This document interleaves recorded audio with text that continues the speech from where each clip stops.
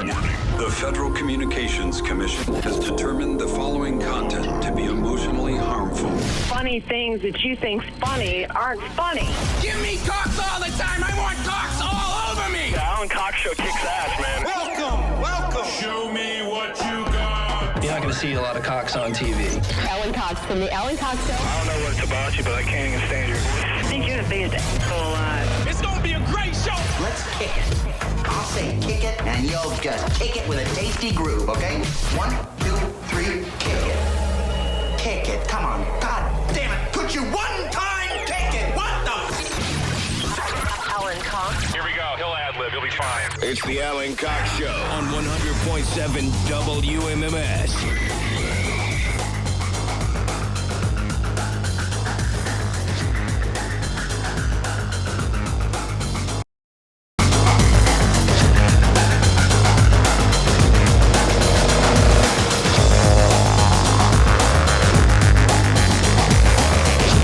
Hey, what's going on, gang? Good afternoon. Hi there, how are you? My name is Alan. Thank you for showing up, Mr. and Mrs. America. Wherever you are, say hello to Bill Squire, who's right over there. Hey, creepy hugs, everyone. Thanks for listening to and watching this episode of the Alan Cox Show. Don't forget to like, subscribe, and share a cold one with the boys. Someone asked me why Bill doesn't name the episodes anymore on the live stream. And I forgot that you had done that. I said, well, he did it, and now he doesn't. And I did it for 2 years, and I just ran out of names. there you go. So simple as that. now there are people helping out in the video department, so there is still a thing happening with each episode. Well, but these people, I mean, today we've got Horner Ungchug and Unchug? Ungchug. Horner Ungchug. Yeah. All right, there you go. Nice to have one of our Burmese brothers helping out here on the show. Anyway, Mary Santora is right here, too. Hi, guys. No babies. And Poundcake is back behind the glass. I am. Afternoon, white people. And if you'd like to join us, we'd love to have you. 216-578-1007, 800-348-1007. If you just want to leave us a message, maybe you don't have the inclination or the desire to talk directly to us, maybe you're scared, you can leave us a message, 216-986-8903. You can always send me a text, too, which is 35192. What's the status of the sty? It went down some. It's not as bad. It doesn't hurt as much as it did yesterday. When you're in a doctor's office, they have the pain scale. Mm-hmm. The little... People forget, the original emoji was the hospital pain scale. Right. Started off like a little smile.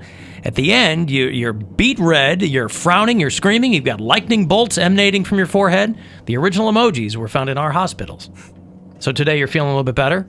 Yeah, I didn't feel awful yesterday. It was just like, it felt like a very painful pimple. I was going to say, it can't be fun to have a pimple in your eyelid. Yeah, it didn't As I understand No, it. it did not feel fun. It's still not fun, but it doesn't, I think it went down, maybe it drained. Sorry, but you're... Have you been... No, I asked. You're right. Warm compresses and laying on my back. Okay, so laying on your back. Drains into your skull? I was going to say, is gravity part of this prescription? So it's not that you were applying a series of salves and lotions? No, Any balms? No. I've been, I have, like, been rubbing, my eye, trying to, like, make it loose, I guess, and... Perhaps the pores are opening up. Maybe. I've been rubbing my eye. Have you washed your hands before you go to rub your eye? Yeah, and I have like a trying to make it loose. Well, I don't touch it with my bare hand. I have a damp cloth. Mm-hmm. A damp cloth. A little face towel. Mm-hmm. A washcloth. Right. All right. Well, in the immortal words of one Horner Unchug, you got to take care of them sties, boy. Yeah, I do it first. You got to take care of them sties. First thing in the morning, and then first thing when I get home. And then last thing I do before I go to bed, and I just give it a little massage the log. Is the eye.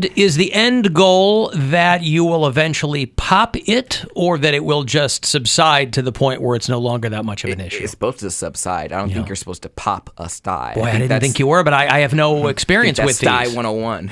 That's Sty 101? I think when you Google... Don't pop it? Yeah, I think when you Google how to treat a sty, it says, do not pop it in big, bold letters.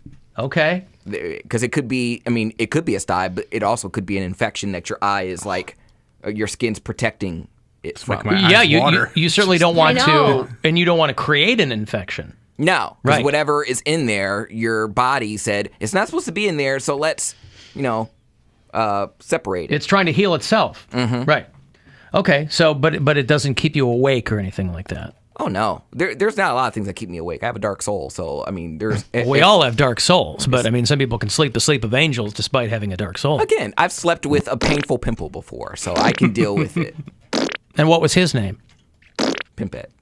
Pimpette the painful pimple. Pimpette the painful pimple, and who could forget him? Was the drum roll for the sty? Yes. Oh, Well, okay. I didn't think it was gonna go away. I wanted to get a sty update. overnight. No, nor did I. I was just checking out what the status of it was, if it was getting worse, if it was getting better. No, I appreciate We want you to be checking healthy. I mean, we want you to, I have seen photos of people with styes, and they can go very badly. They can, you look like you were in a prize fight. I've had that very situation. It's not great. Yeah, weird. Boy, today I saw a woman rocking a flip phone, and a young woman with a baby in her arm, and she had like an old Razor phone, and she was in line for something, and I was like, wow, look at that. I was fascinated. I was kind of peering over her shoulder to see what she was doing, and I couldn't really make it out, and I didn't want to be nosy per se. She was T9 texting.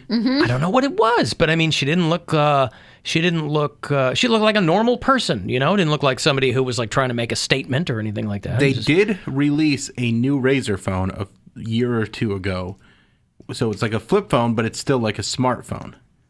Was it one of those? What I could see from her screen was, because aren't those Razor phones?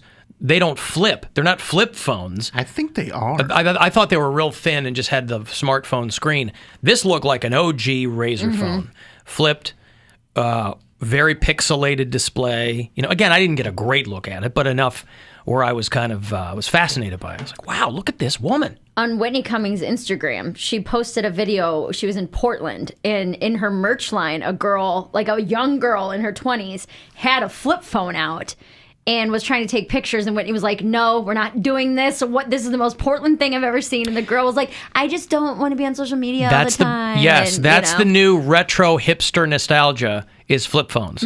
Because, I don't know about you guys, all my old phones are in a box in the basement. They're somewhere, So I could go back and get my old phones. I didn't have a Razor phone, but I mean, I had a Pebble. I had, along the way, I could go back. I wonder if I have my very first phone. I got my very first cell phone in 1995. And it was a brick with an extendable antenna. Yes. It wasn't the giant Zach Morris doctor on the corner of the fine dining table. Back in the day, doctors wanted you to know they were doctors. So they'd set them on the corner because they were the only ones that had mobile phones. Doctors and lawyers. You were in that weird space between pagers and smartphones. And so they wanted to let you know. With a giant military field phone on the corner of the table. I didn't have one of those.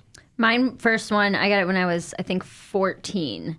And I got it was from North Coast Cellular. So that would have been about the same time as I got mine. No. Were you 14 in 19? No, you weren't. I'm sorry. You're 14 in 2000. I was 5. In 1994. Forget it. I can't maths. But it was from North Coast Cellular, so I could only get calls or send calls and texts to people in 440, 330, or 216 area codes. So it didn't work outside of like the Tri-County area. And it was a silver brick that didn't do anything. The screen was blue, the text was black, and that was it. I could play Snake on my phone, and I thought it was the craziest thing that I had like a game on my cell phone, but it didn't do anything except send text messages and make phone calls. I had a cell phone before I had friends to call with. Like, I honestly, like, I was one of my. You were preparing. You were getting ahead of the game. Man, when I get me some friends, I'm going to fill this I puppy was up. the first one out of like my class that got a cell phone, and they were like, "Oh, that's so cool." I was like, "Well, can I add you as a contact?" You're real lonely when you add 911 as like one of your contacts in your book. And I'm like, it's listed as emergency friend. It just said emergency 911. I was like, wow, homie, you need to step up your game. You got this cell phone, ain't got nobody to text, nobody to call. It's still T9, but still. Yeah. Remember how resistant people were to texting now? Oh, or like back yeah. then, when I got back from the Philippines, texting was just getting going, and it was still like 10 cents a text unless you had like a plan. Dude, 10 and cents. people be 10 like, to send just call me. don't send me a text message. But then, like, within like a week, you get so good at the T9 keyboard where you can like do it like they were in The Departed, where they're not even looking at it. You have them all memorized. Like that was like peak texting and driving time, where like I could text and drive and it was safe because I had the keyboard. It was one thumb, and I could still keep a hand on the wheel, and I didn't even have to look at because I knew the autocomplete would take care of me. That's great. Well, I think it was 10 cents to send and like 5 cents to receive. So every time you got a text message, it would cost you money. Man. So people would be pissed. They'd be like, just call me and use my minutes. Yeah, you're costing and me call money. me after 9. Yes, don't be calling me during the day unless it's an emergency. I remember mocking people in like 03, 04. They'd be like, do you text? I go, no, what am I, 15 years old? Flash forward, that's how everyone communicates. And, you know, but you're right. At the time, it was like you were handing someone a bill. Yeah. By texting them. Well, my dad, I remember the first cell phone bill I got, my dad was like, it was like $200. He's like, who the hell are you texting? I was like, everybody. Like, are you kidding me? And then I tried to be like, no, everybody was just texting me. And he's like, I can see. There's a whole log of all the texts in and out. You're handing your dad a bag of nickels. Like, it doesn't say what I was texting, does I know, it? Right? You're getting nervous about that. In the Philippines, they don't even have like plans. They just, they call it load. So you would just buy like $10 at a time, basically, and that'd be like basically 1,000 texts. So you could send 1,000 texts, and then you'd run out of load, and then you'd have to do it again. So it's like a prepaid thing. Yeah. My mom still has a phone like that. It's a tiny little black brick. You can't hear anything on it. Is it full of load? Well, she'll be like, I'm out of minutes. I have to load my phone with minutes. And I'm like, oh my God, Mom, please. I was like, I will pay for your cell phone if you just upgrade your phone. It's so frustrating. Gonna maximize your return on investment there. Okay, listen, I got a lot of stuff to get to today, so we will get to it. Another $1,000 for you coming up at 2:30. So listen for that next keyword to go fund yourself, and we'll be back. It's the Alan Cox Show. Everywhere on our free iHeartRadio app. Or whatever smart device you have. Just tell it to play the Alan Cox Show on iHeartRadio. Discover brand new Mazdas for under $200 a month at the all-new Mazda of Kent. Mazda of Kent. Lease new 2021 Mazda CX-30S SUVs from $139 a month. $139. Or lease new CX-5 CUVs from $169 a month. $169. U.S. News and World Report awarded Mazda the 2021 Best Car Brand. And at Mazda of Kent, you can drive away today. Plus, you could get out of your old car today, even if you still owe thousands more than it's worth. And we want to buy your car, even if you don't buy from us. Discover brand new Mazdas for under $200 a month. Our brand new Mazda CX-30 SUV, $139 a month. Or CX-5 CUV, $169 a month at the all-new Mazda of Kent. During the Season of Discovery sales event, MazdaKent.com. MazdaKent.com. To qualified buyers, lease new 2021s for 24 months with $39.95 due at signing, 30,000 miles, 15 cents per additional. Security wait. CX-5 price $25.9. Total payments $4,056. CX-30 price $22.4. Total payments $33.36. Tax tag doc fees not included. Mr. Hero! When hunger strikes, there's only one way to strike back, and that's by beating your hunger with Mr. Hero. Just order online at MrHero.com and we'll see you soon. Mr. Hero! It's the taste you crave.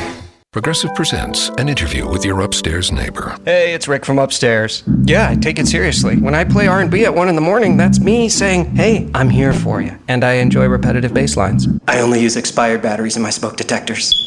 Nice, right? Yeah, upstairs neighbors help people forget their troubles. Give them something else to focus on. Ooh, want to see how high I can jump? Progressive can't save you from your upstairs neighbor. No, wait, let me try again. But we can save you money when you bundle renters and auto insurance with us. Progressive Casualty Insurance Company affiliates and other insurers. Bundle discount not available in all states or situations. Howdy, y'all. I'm hearing a lot of squabbling over who has the best chicken sandwich, but as the restaurant with chicken in our name, we let our sandwiches do the talking. The KFC chicken sandwich has a huge, breaded, and extra crispy 100% white meat chicken filet, thick crinkle-cut pickles, and real mayo in classic or spicy, stacked on a toasted, buttery brioche bun for only $3.99. So what are you waiting for? Order the KFC sandwich on the KFC app today. At participating locations only, prices may vary, tax extra. Woo! You kidding me? If you're fishing for a great catch, you gotta drop anchor at Nissan in North Olmsted or I-90 Nissan. Woo! Captain Mike Drift Boat to Battle here. Are you tired of trolling your trade all over town? We'll bite, and you'll get top dollar for your trade-in at Nissan in North Olmsted or I-90 Nissan. Why? Because we buy any car. Then my first mate, Deal Big Bass Belza, he'll help you navigate up to $1,000 off your new Nissan. With Barracuda Bargains, they'll get you a whale of a deal with APRs as low as 0%. That's like free money. And if some bottom-feeding dealer anywhere else has got you by the gills, luring you in with some crappie deals, don't fall for that hook, line, and sinker when you smell something fishy. It is fishy. Turn tail and chart a course for Nissan and North Olmsted on the North Olmsted Auto Mile and I-90 Nissan, Sheffield Village. Why? 'Cause the deals are so good. Online at bignissan.com. Hey, it's Alan. It's time to upgrade everything with Cabo Wabo's 100% Blue Weber Agave Tequila. The thick-cut, agave-forward flavor of this award-winning tequila takes your margarita to next-level bold. So what are you waiting for? Grab a bottle of Cabo Wabo Tequila today. Cabo Wabo Tequila, 40% alcohol by volume, 80 proof. Copyright 2021, Campari America, New York, New York. Please handle responsibly. I'm beginning to believe that other than love and religion, nothing changes your life more than moving your credit score 120 points. I'm John Hope Bryant, founder, chairman, CEO of Operation Hope, and we're working to expand and lift up your credit scores. Operation Hope is partnering with major financial institutions to bring hope inside to places where you shop and flock. Through the Hope 700 Credit Score Communities Initiative, we are helping people with free counseling, loan originations, modifications, and more. Go to operationhope.org today.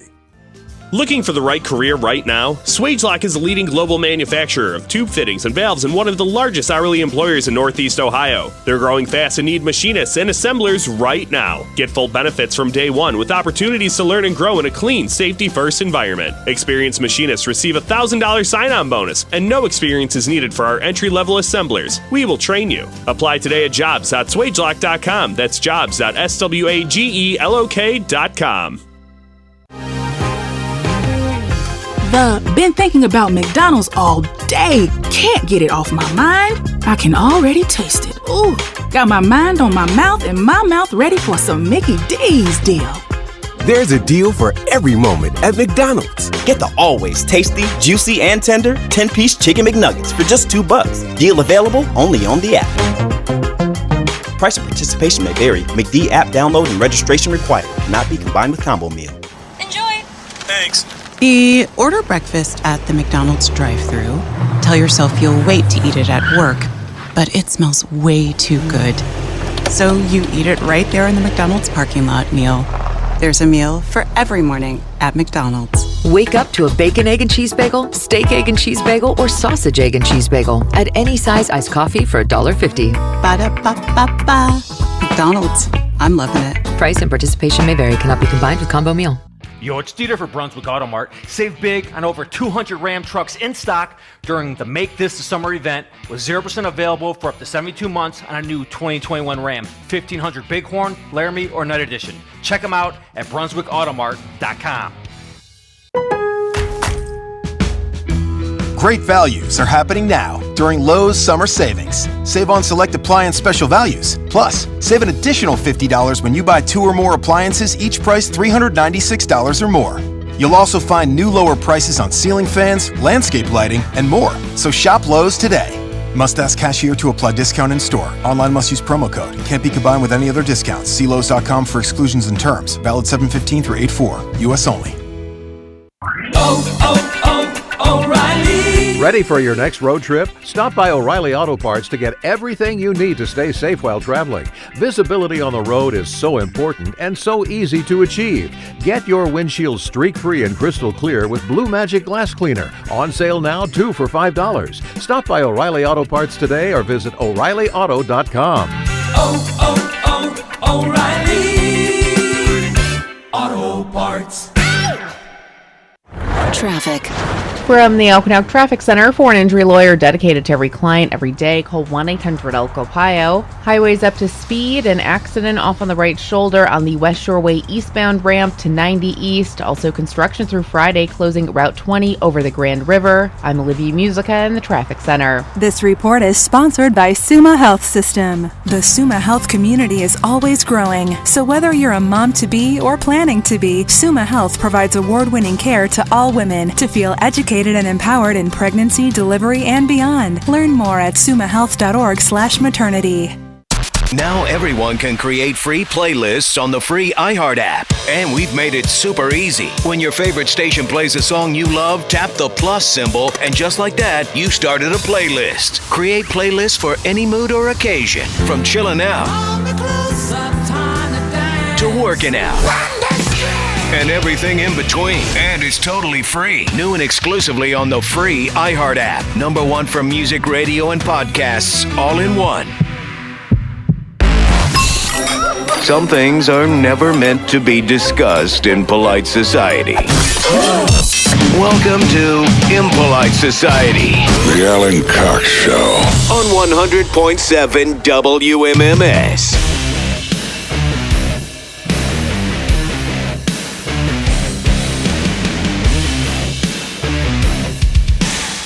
216-578-1007. You want to join us live? 800-348-1007. 35192 if you want to send me a text. Indians are back home tonight to start up against the Cardinals. That's just a 2-game series against St. Louis. So 7-10 tonight, and then an afternooner tomorrow here on MMS. So your pregame tonight will get going around 6:35. Throughout the next few days, through the end of the month, you can use the promo code STRIPES still for 20% off at CLE Clothing Company, and then I'll have a new code for you for the month of August. They are trying to track down, speaking of the Indians, trying to track down a racist attacker. This is a black guy, linked to his 3rd hate crime in Queens. This is a guy running around attacking Muslims, and he is head to toe in Chief Wahoo gear. So that's just look for that guy. This is a guy in Jamaica, Queens, who's running around attacking Muslim residents. He pushed a woman down. He punched a guy, screaming, "Muhammad is a liar. Jesus tells the truth." And the security cam footage that they have of him, he's got a Chief Wahoo jersey and a Chief Wahoo cap. Now, I don't know if he's a legit Cleveland Indians fan or if he's just trying to make a statement with the outgoing Chief Wahoo. But once this guy gets himself some Guardians merch, boy, he will disappear into the crowd. You think he'll make the switch? I don't know if he'll make the switch. I mean, Bill, if he wants to stay of the moment, he better make the switch. It's the Cleveland Guardians next season. So, hey, get your yayas out, Queens Muslim attacker, and get that Chief Wahoo gear, because you've only got the remainder of this season, of which we're in the second half, as I understand it. I think we're on the back half, as they say, of this baseball season. That's correct. Right? And it's it's not looking great for the Tribe right now. They've had some tough injuries this year, and it's really, things are getting away from them. Because even if you look at like the wild card race, what we talked about the Rays yesterday, they're like second in their division, but they have more wins than the White Sox even have. Yeah, the Rays are at 60-40. Yeah, nobody's ahead of the Red Sox, I think, in like total wins. But Indians are still second in Central, behind the White Sox. But they're kind of in stasis right now. I feel like the Indians are spinning their wheels. Who knows? Maybe Trevor Bauer will come back, since no one on the Dodgers wants to play with him anymore. Maybe he'll be welcomed back with open arms. Not with his payroll. Into the amount of money he's owed. Into the Forest City. Back to the Guardians. Fresh coat of paint on that guy. So, a Tribe game tonight, 7-10 against... The Guardians, not the parole officers. Right. Cleveland Hacks against Albert Pujols and the St. Louis Cardinals tonight. Tribe Birds on your FM home for Cleveland. Hey, Jack, hello. Hello. Jack, what's going on? Nothing. I was going to comment on your earlier conversation about the styes. Yes, sir.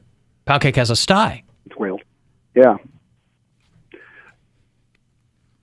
Hello? Comment away. I'm still listening, Jack. Yeah. Okay. Yeah, a real intense one, according to my ophthalmologist from years ago, was called Chalazion. Chalazion? That's what I had. That's it. Yeah, because you can't take it with a Chalazion. Right. Exactly.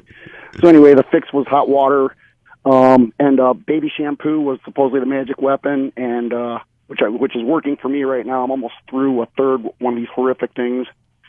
And so what is it? Is a Chalazion When it's inside the eye? Because I know some styes are outside the eye, right? Well, this was always been inside my eyelid. Okay.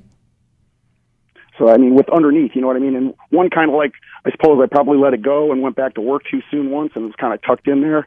This last one, I was waxing my boat, and a blob of wax went straight up into my eye. The minute it happened, I knew that was going to be a problem because I got my hands covered in wax. Or else 3 days later, the problem started, and I'm about 4 or 5 weeks into it now, and it's about done. And yeah, for a second, I was hoping waxing my boat was a euphemism, and I wasn't going to result in any eye pain. Yeah, right. But No. It was actually doing the hard work of waxing a watercraft. Yeah, and so some wax gets into your eye, and then it's off to the races with the sty. Not out of it. Yeah, right. Time before that was some rust. Time before that was just they attributed to just being outside raking leaves and just crap that's in the leaves and they grind up and whatever. Jack, have you ever heard of work goggles? Because even I use those when I'm doing stuff in the yard. Oh, I do. Yeah, that's what I work. But they were just more like sunglasses, which I guess works to a point. Sure. Yeah. But some people are just more prone to it too. Like I'm pretty prone to it. I'm a little more protective about it now. Let's put it that way. Sure. Yeah. Okay. Well, good luck with all that, Jack. All right. No problem. Okay. Thank you. There's Jack, who's out there dealing with his late stage chalazion. Is that what they told you had? I've never even heard that word before. Yeah, well, I made the joke that one time because I said it wasn't a sty. It was I think I said chalazion. Oh, I don't recall that word. Okay. But I made the chalazion joke. That guy said he was 5 weeks into it. Yeah. He's had that for 5 weeks. Yeah. That's how I felt with the thrush, where I was like, this would just go away. It's the worst. Mine was visible for probably a week, but it didn't really go away till almost a month and a half later. Wow. I noticed it, but it was and every once in a while it kind of flare up if I got aggravated by dust or something. But it was a nightmare. It's good to be Bill Squire. Mm-hmm. Sometimes. By the way, devotion to accuracy, the San Francisco Giants are the best team in baseball. They have 2 fewer losses than the Red Sox. Okay. So they are sitting. I said the Red Sox are the best team going right now. American Giants League. are at 62 and 37. Yeah, National League teams, Giants absolutely are the best. My brother is very happy. When I was home for the weekend, my middle brother is a lifelong Milwaukee Brewers fan, and he is beside himself, pleased, because they are at 58 and 42, which is the best they've done in a long time. Boy, I'll tell you what, Milwaukee is kind of in the same position that Tampa has been in sports-wise over the past couple of seasons. Tampa gets themselves concurrent Stanley Cups. They win the Superb Owl with Tom Brady. And now Milwaukee, between the Bucks and the Brewers, and now Aaron Rodgers walking back on the field to practice with the Packers. He's got a mullet. He's got some pit vipers on. His shirt was so good. He's wearing a Dunder Mifflin shirt, I think, right? Yeah, it's like a NBA Jam style shirt, and it's Kevin from The Office and his chili. It's a great shirt. There's an Instagram account called Dunder Mifflin Bloopers. You probably followed this as an Office fan. It's all gag reel from, and with Kevin spilling that chili. I know that's, even if you don't know anything about The Office, that's the thing everybody knows, but it's so goddamn funny to watch it. Mm-hmm. I've watched all of the bloopers on YouTube. There's everything that's out there, I've watched it all. There's nothing more fun than just going, with all the nonsense and the mishigas on YouTube, it's nothing more fun than finding the blooper reel of a sitcom you love. Oh, yeah. Parks and Rec, Veep, The Office, 30 Rock, they're just the best. Yeah. And they're releasing more and more stuff with The Office because they got the Peacock Premium to keep all the real diehard Office fans, so they're just trickling out new deleted scenes or outtakes every now and again. So there's still more to come, which is nice. A lot of people are referring, and again, this is what I said to Jack, how many eye injuries do you have to endure before you invest in a pair of goggles? So, he kept it. It was rust, and then a piece of wood went into my eye. Very biblical injury. And then, I've got multiple pair of goggles and safety glasses at Casa Cox. Because, I'm always doing something, Bill, on the back 40. I'm always doing something. Chasing toddlers. Well, that's inside. I'm always you chopping. Don't chase her outside? No running outside? No, she gets to free reign. That's the beauty of the outside. She can run around to her heart's content. But you I'm just always don't chase her when she's outside. No, Okay. not unless she requests it. But I'm always chopping something down. I'm always pruning something. I'm always trimming something. Sometimes it's my pubes, but again, that's an inside thing, and I don't wear. I hope so. But I will also wear safety glasses for that. That's smart. Because safety first. I don't want the OSHA calendar of my house going back to zero. Hey, I've got $1,000 here for you if you're trying to get yourself some money. This is the last week to do it, but there are about a dozen chances every single day until Friday night to get some money. So listen closely for the keyword, and good luck. The Buzzard wants you to go fund yourself and score $1,000 now. Text the nationwide keyword GRAND to 200-200. You'll get a confirmation text and info. Standard data and message rates apply in this nationwide contest. That's GRAND to 200-200. Good luck and go fund yourself. From 100.7 WMMS. Alan, a sty is a blocked tear duct, and a chalazion is an ingrown eyelash. Is that true? Is that the distinction to be made there? Mm-hmm. An ingrown? How do you get an ingrown eyelash? Well, it's just a hair. It's like any other ingrown hair you would get on your body. You can get them on your legs, your arms. So how do you... I don't know that I've had an ingrown hair. I think it just grows silly. Like it doesn't grow... It grows silly, silly hair. Yeah, like hair. it doesn't come out of the follicle how it's supposed to. So all the other ones grow fine. Mm-hmm. And then one of them goes, nope. Sideways. I'm going to grow the other way. Or it'll try to grow in the same follicle as another one. I've had that happen in the pubic region before. Yeah. I've gone to the doctor multiple times for ingrown hairs. Like, is this herpes? What is this? And You've gone to the doctor multiple times Yes. for ingrown pubic hairs. Mm-hmm. Boy, you guys really rough it up, don't you? No, I just not. Oh, this isn't recently. I'm saying like over the course of my I life. feel like that's a younger person not knowing how to do Yes. the proper care down there. Oh, Not really? getting it warm enough, not using the proper rate. But it's also just something that like you've never had an ingrown hair anywhere. Are you talking to me? Yeah. I mean, maybe on my face, like after shaving or something, Yeah. Mm-hmm. but nothing that rose to the level of like, oh my God, I've got this big red thing on my face, and I don't recall that. I've never had an ingrown pubic hair that I can recall. And the thing, Miss Mary shaving the other day. We got some live audio of her grooming herself over at Casa Santora. Yeah. I'm also just as a younger person, I wasn't exactly careful. So anytime anything happened down there, I was like, it's AIDS, it's herpes, I'm dying. So you're just down there with like a straight razor then. You didn't No, care. I was doing it. I'm you were barebacking careful. every dude you met. That's more what I meant. That I wasn't exactly careful. God. You kids. Crazy kids and you're barebacking. Wow. I was a drunk, and it was bad decisions, okay? I made poor choices. No, I understand. No, I get it. I mean, there are drunks who use condoms, I assume. Not this one. Yeah. Man. When I learned that was some ironclad birth control you were on. I have been a crazy person about my birth control since day one. I mean, well, yeah, if you're drinking and barebacking, you got it. Well, because it was like, that's what I would think. I was like, oh, STDs, whatever, they're not going to happen to me, but I definitely won't get pregnant. I was so worried about not getting pregnant that I wasn't as worried about STDs. And luckily, I came out with just HPV, so... Hey, could have been a lot worse. Could have been a lot worse.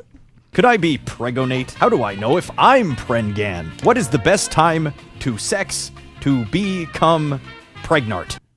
After you sober up. Yeah. Hey, if you want to leave us a message, you can certainly do that anytime. Alan Cox Show After Hours line is 216-986-8903. Hey, Alan. It's Dell in Lakewood. Just catching up on yesterday's show. You guys are talking about the whole name change with the Cleveland Guardians. If I'm speaking personally, I was always a fan of Humongous Entertainment as a kid. Big fan of the backyard sports. I think the tribe could have gotten away with changing the name to the Wombats. I think that would have been a great name. That's just my 2 cents. I'm going to get back to work now. All right. What was Humongous Entertainment? What was he referring to? I don't even know. No clue. The Wombats. The Wombats. Humongous Entertainment and the Wombats. I mean, there's no Cleveland connection that I know of. I mean, Wombats are not even indigenous to this country. So, I'm not sure what he meant. I assume there's a reference there. I don't recall. When you were talking about names that are most closely tied to Cleveland, my wife last night, as we were discussing it, she was just flabbergasted that they never considered the Cleveland torso murderers. Because, that's connected to Cleveland. The Elliot Ness era, the torso murderers. And boy, you want to talk about the popularity of true crime right now. That seems like a slam dunk. You want to talk about, well, that's basketball, Bill. A home run. If you are looking for something that would instill fear in, of course, your opponents, the Cleveland torso murderers? Holy camole. It just sounds like our food. It sounds like our food? Like everyone here is fat. We're the torso murderers. You don't get to have abs here. Your torso gets murdered by all of the pierogies. I see. And there are people in Northeast Ohio with abs who would take great umbrage with that. Sure, a stereotype, but are there people who are not murdering their torso? No. Yes. No. Lots of people. No. Abs aren't real. Maybe they're murdering it with exercise, and that's why they have abs. Abs are like birds. Not real. All abs are drones. Speaking of torsos, I was reading about this guy in Arkansas that there's an arrest warrant out for him. He's been accused of harassing numerous local women by asking to touch their feet. The twist is he has no arms.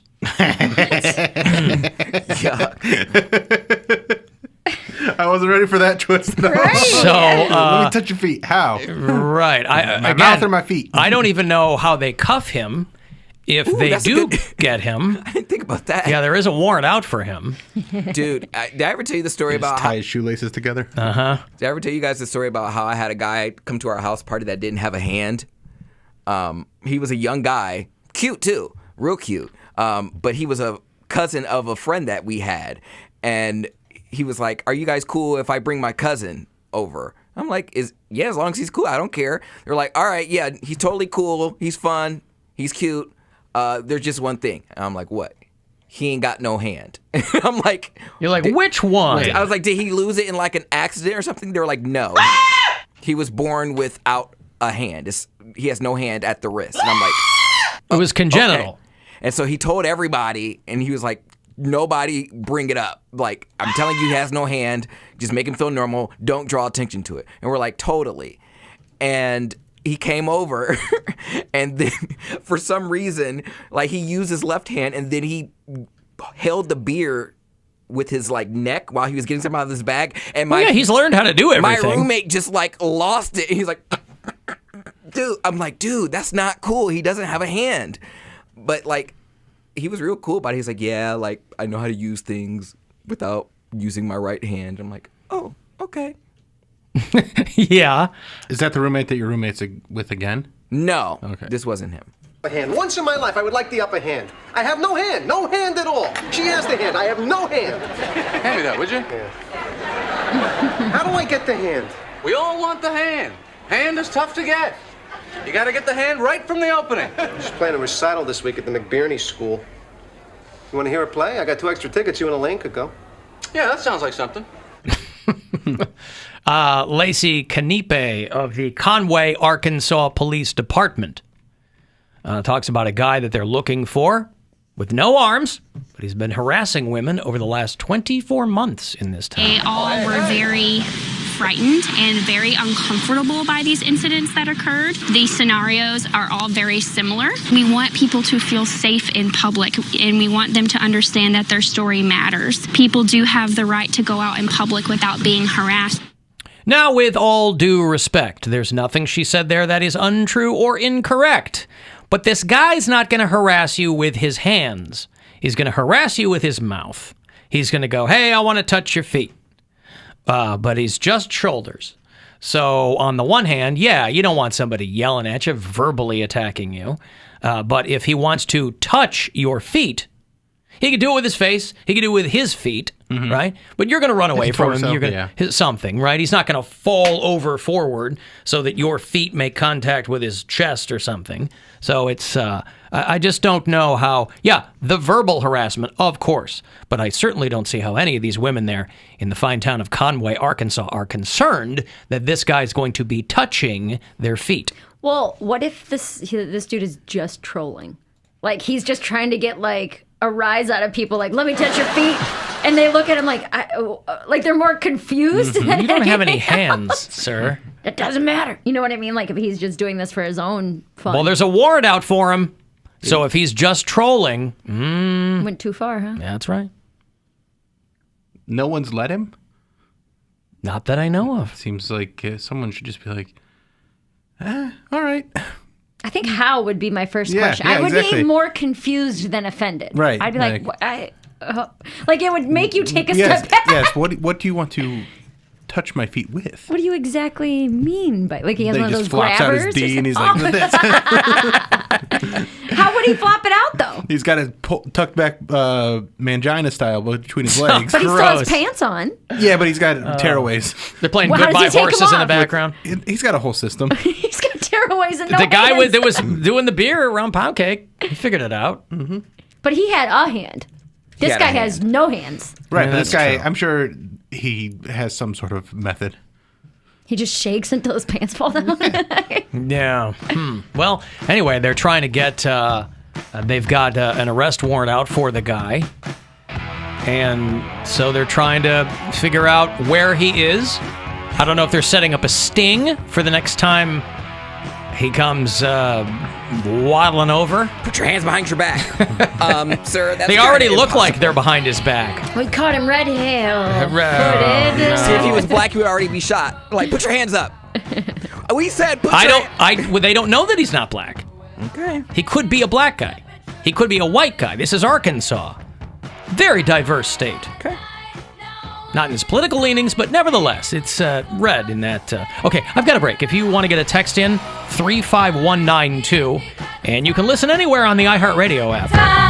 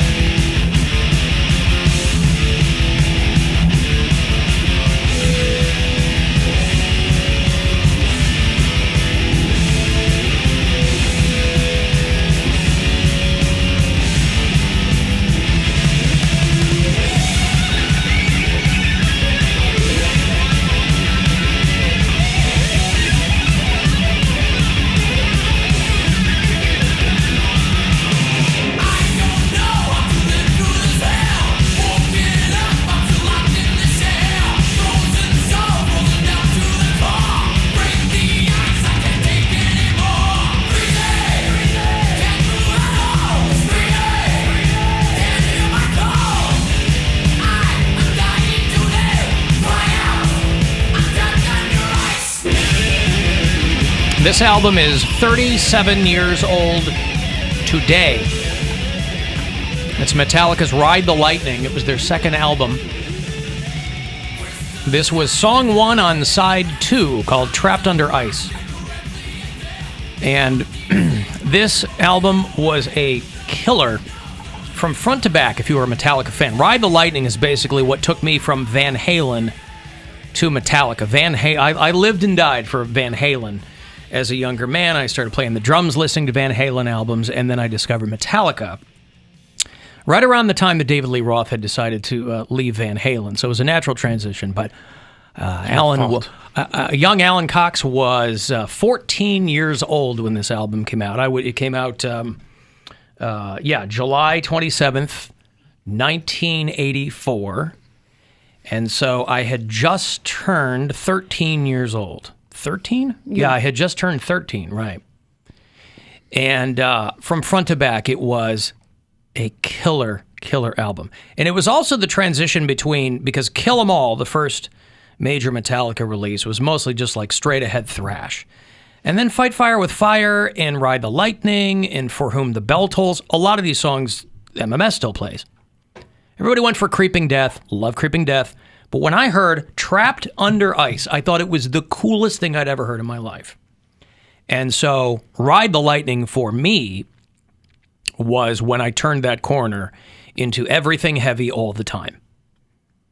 And I don't remember how well the album did, but it absolutely was kind of that middle bridge between Kill 'Em All, which was just straight ahead thrash, and Master of Puppets, which at the time would kind of be their high watermark. That was like a classic metal album. And so Ride the Lightning there in between, they took the title of the album from a line in The Stand, if you were a fan of Stephen King's The Stand, that was in there too. And I think it was the last album that Dave Mustaine had anything to do with before they kicked him out. But it was the first album to feature a lot of Kirk Hammett's contributions. I saw Ozzy and Metallica open for Ozzy Osbourne 2 years later. It was one of the first shows I ever saw. I remember it like it was yesterday. It was the beginning of April in 1986. So I was almost 15 years old. I saw Metallica open for Ozzy at the UIC Pavilion, University of Illinois at Chicago. They had a venue there. And at the end of that tour, the word got out that they had wanted to fire Lars Ulrich, that Cliff Burton and James Hetfield and Kirk Hammett had wanted to fire Lars Ulrich, who had basically started that band with James Hetfield. But then Cliff Burton died, and that pretty much quashed it. So Lars Ulrich owes his continued participation in Metallica to Cliff Burton's untimely demise when they were on tour. But if you're a Metallica fan, and some people got them from the very beginning, I landed on Ride the Lightning and then went backwards to Kill 'Em All and then was with them every other step of the way. But Ride the Lightning for me was a very, very important album. 37 years ago, today, 13-year-old AC, as I live and breathe, not knowing anything about anything, not getting girls, and you sure as hell weren't going to start getting girls by getting into Metallica, because it's all sweaty dudes, stringy hair, and denim jackets. But man, did I love that album, and I still love it today. It's a top 5 album for me. If somebody were like, Alan, what are your top 5 albums? I would say Ride the Lightning and then 4 others. Something Steely Dan.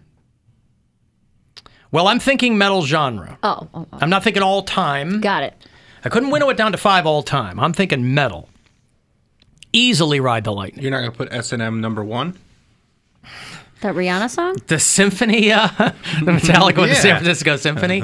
They're best in my opinion, but I'm right. a Symphony guy. I understand.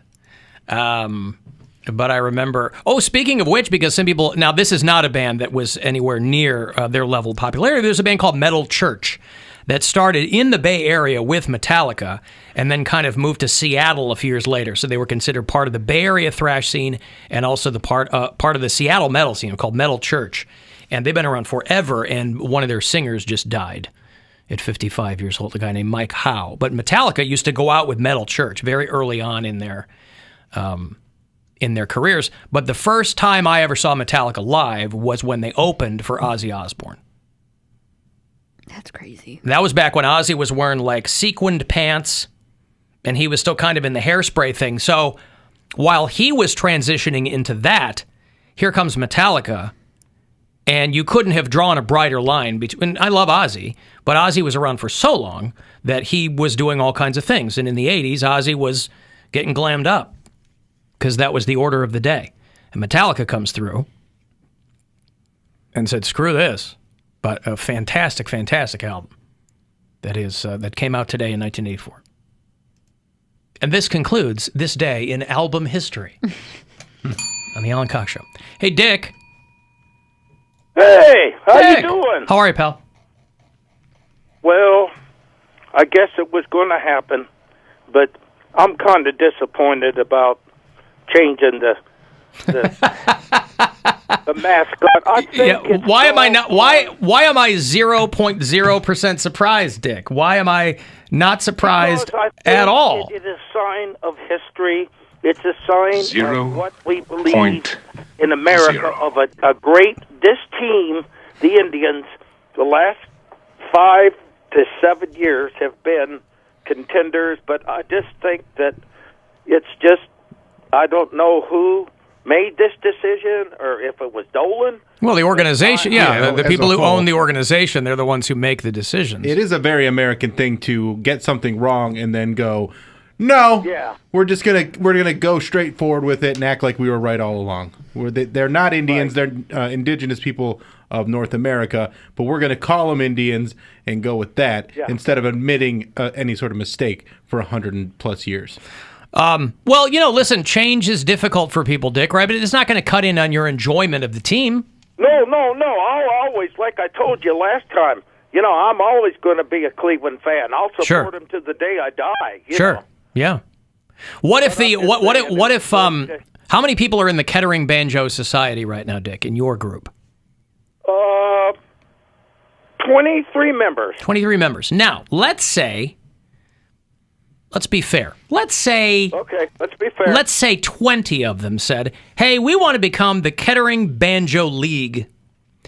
And you said, well, we've been the Kettering Banjo Society for how many years? And they go, well, we feel like this will more reflect a modern take on it. You're always trying to bring people into the banjo arena. Good point. Well, I like to think I have a few. It's funny that John and Doug and I, we're sort of presidents now, leading that. We thought that's what they would, they were going to vote, but it didn't work. That's what they thought we should, the Kettering Banjo League. You know what I mean? Let me ask you this, Dick. Dick, are you a founding member of the Kettering Banjo Society? Yes, I am. You are. So it was you and how many other people? Me. It was me, John Weber, Glenn Parks, and Daryl Whiting. He passed away. He plays the ukulele. So are you? Because I've been in the group since 1988, so it's almost going on 34 years. So you and so you were still a young man. So one of your original 4 members has died, but you and the other 2 are still alive? Yes. And are the other 2 guys still in the band? Yes. So all 3 founding members are still in the band, and then along the way you picked up... members are still in the band. Most popular bands, if you're in a rock band, if you're in any other kind of band, Dick, they rarely, unless you're like the Polyphonic Spree, you rarely go from 4 members to 22. Yeah. Yeah. But at one time, people passed.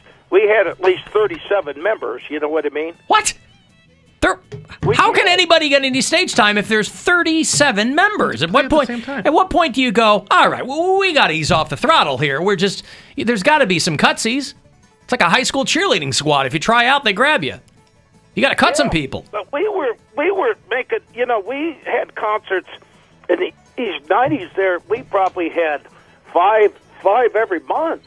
You know, the month of June, month of July, month of August, and now, you know, it's just a different thing. You know, but we still bumping the phone. We still practice and have a good time. And the Beaver Creek Strummers, now see, they've been around for 23 years. Oh, see, they're the up and coming whippersnaps. They're the young hip band. Yeah, the Beaver Creek Strummers. They're nipping at your heels over there at the KBS. Are there like banjo groupies, like banjo bimbos or anything like that? You've got 21 ukuleles. They're called banjos, Bill. Strummers. You got 2 banjos and you got a bass. And you got a guy that plays the violin, and he does a lot of the old country songs like the Orange Blossom Special. Boy, oh boy, oh boy. That song goes so fast, nobody can keep up with it. Dick, you bump your phone a lot. Do you know that? Are you okay? Are you steadying yourself on the payphone, or what's going on? No, I'm calling on my phone. I'm okay. All right. When's the next Kettering Banjo League show? I think we're going to be playing at the Greenville Fair. Oh, that's a good time. Isn't the Greenville Fair a great time? Dark County, yeah. Yeah. Oh, man, they know how to... Dark County with an E. They know how to do it. The Great Dark County Fair. Is that what it is? That's what it is, buddy. Man, I'll tell you what. I gotta get out there. Jake Owen's playing that thing. I love Jake Owen. Of course you do. You're a hill rod. So Mary's going to get out there. Mary's going to get out there, and she's going to see the Kettering Banjo Society, and she's going to see Jake Owen on Monday, August 23rd. Yeah. Are you guys opening for Jake Owen? Yeah, I think this is going to happen, but I'll let you know if it. We got to have. Right now, we only got 18, and we got to have 21 to do a show. You know what I mean? Oh my goodness! I'll call and let you know in August. You know. Yeah, you better find out. Yeah. Okay, listen. Thank you. Okay, Godspeed, Dick. Thanks. Yeah, thank you. All right, Dick. Licky, licky, licky, boom, boom, down. Licky, licky, licky, boom, boom, down. I got to tell you, I'm looking at the gazebo schedule, which I assume is where they would play for the Dark County Fair. Are you on the gazebo schedule? I don't see you. I see the Faithful Sons Quartet. That's gospel. I see Spittin' Image. That could be me. Where is the Kettering Banjo Society? I don't see them. Do you think it's likely that Dick is trying to big time us and he's not doing any of this stuff? He's at home. They just haven't updated the website yet. You don't think so? I mean, they've got everything else out there. The Dark County Fair, 2021. Not sure. I don't think he would try to big time us. Probably safe to say out there, too. The name is the only thing they like dark. Nevertheless, Dick was not pleased with them changing the name of the Cleveland Indians. This has been the least shocking news of the day. To the Cleveland Guardians. And listen, he's an older guy. That's right down the middle there, the people who have a real problem with it. Because here's how I think of it. What's the matter with having an entirely new generation of fans eventually have nostalgia for the Guardians? Yeah. Right? Down the road, there's nothing saying that the name will never change again. And so what if 40 years hence, the same argument, people go, oh, when I was a kid, we had Guardians caps and the traffic guys on my hat. Nora's like, listen, I only lived in Cleveland for a little while, but I was a Guardians fan through and through. Since age 5. That's right. You took me to a Guardians game. My dad lost his job. He had to go work for Poundcake in Tulsa. It was a dark time, but the Guardians. To my ass. But the Guardians, working for me. Not even with me, for me. How low are you? Banjo groupies would be called strumpets. I said strummers. Oh, yeah. I like banjos. Banjos is fun. I think that, again, Dick said he's on his phone, but he keeps bumping. I thought he was on a landline at work. Doesn't he call his phone and he doesn't, because you can have just, when you're on, I don't know if he has an iPhone, but he could have the keypad up instead of the regular phone screen. I don't think he has an iPhone. You don't think? I don't think he has an iPhone. You don't think they like bought him one for work or something? No. I picture him at home with one of those old-timey two-piece phones with the handset that comes off, and then you talk into the bass. You know, hey, give me Kentucky 456, please. Then they connect you. Alan, where the hell do they practice with that many people? That's a good question. It's a great question. Outside? I was blown away when he said they had 22 members, and he goes, well, at one point we had 37. And I assume it's not because they're firing people, it's that they're dying. They're dying, yes. Losing them by attrition. Mm-hmm. So like anybody who shows up with a stringed instrument can just walk up if you know the music. Probably if you don't. If you could just play a melody or a rhythm section or whatever. Does a banjo society have a rhythm section? No, a banjo society just has banjos. But then the strummers, he plays mandolin in that. So he's got a pretty wide skill set. Yeah, he really does, doesn't he? Phones aren't there. Those still outwit him. Maybe. With their buttons. Well, because banjos are very difficult to play. And so it takes many, many years of practice. You're using all of your fingers to play, multiple picks on your fingers. And so I'm always hesitant to give banjo players a hard time because you have to be very skilled to play that. So maybe he has a hard time distinguishing between when he's holding a banjo and when he's holding a phone. And so he holds the phone as though he were strumming on the old banjo. With 2 hands? And he's got busy fingers. Yeah. And he's got busy fingers because all them banjos. Maybe. Busy fingers. But he's literally got an old lady. His girlfriend's older than he is. And he's like 75 years old. I would go down. I'd make a trip down to watch them. The Kettering Banjo Society? I really would. Bill is the only one of us thus far who has met Dick from Dayton, and I would like to keep it that way just for posterity. But we could go watch him without him knowing that we're there to watch him. That's what I'm thinking. We'll go in disguise. I've got a hat. MAGA hats. Yep. We'll all sit on each other's shoulders. All of us. We'll blend right in. Yeah. Yep. All right. Make America grass again. I don't know. I'll buy a newspaper. I'll cut eye holes in it. Yes. And then I'll sit. Get us one long trench coat. Right. Can you be the bass? No. Poundcake will be the top? Oh, okay. No. Sorry, that's kind of like real life. Yeah, that's why I had to break up with his boyfriend. Is that what happened? No. Don't listen to Bill. Let me ask you this. I call him about sty advice, not anything else. Do you think that the sty might be at all related to the stress involved with your breakup? Probably. Yeah. And the move. Yeah, psychosomatic. I thought it wasn't a stressful thing. You made it sound like it was like, yeah, we both are kind of over it. Yeah, but it's still a breakup. I mean, there's probably a minimum amount of like, oh, this was a thing and now it's not. Yeah. Not that he's heartbroken. It's not even. He's definitely eye-broken. It's not even like the relationship itself. It's just like what it represents. Because like all 3 of my boyfriends I've broken up with, and I'm like, it's probably me. Like maybe I'm just not relationship material. That's what I'm coming to the conclusion. Maybe you just haven't found someone that you want to spend that much time with. But see, I listen to you guys. You guys get in my head like, oh, well, you need to date someone even if you don't love them. Like you need. Who said that on this show? Shut up, Mary. This has been a discussion on the show for like over a year. To date someone if you don't like them? Yes. I said I don't want to date. Shut up, Poundcake. I said I don't know if I want to date someone because I don't know if I don't have enough experience. They're like, you got to date someone to get experience. I think it was you specifically that said that. I would never say the sentence, date someone even if you don't like them. Does that sound like anything I would ever come out of my mouth? Yes. That sounds more of these two, Allie. No, because Mary's all prissy. No, we would say something like bang them even if you don't like them, not date them. Yeah, that's the American way. Yeah. That's just patriotism in my book. I don't know what was actually said, but you took date them even if you don't like them. Well, no, he's saying to get practice, but I mean, dating is a job. And just like a job, you need to have a job to get practice and experience until you get a newer, better job. And that's how you build your resume. Yeah, but I mean, you're dating, you're not doing anything wrong. That's what it is. And if you guys don't vibe after a couple months, then don't do it anymore. I think it was great.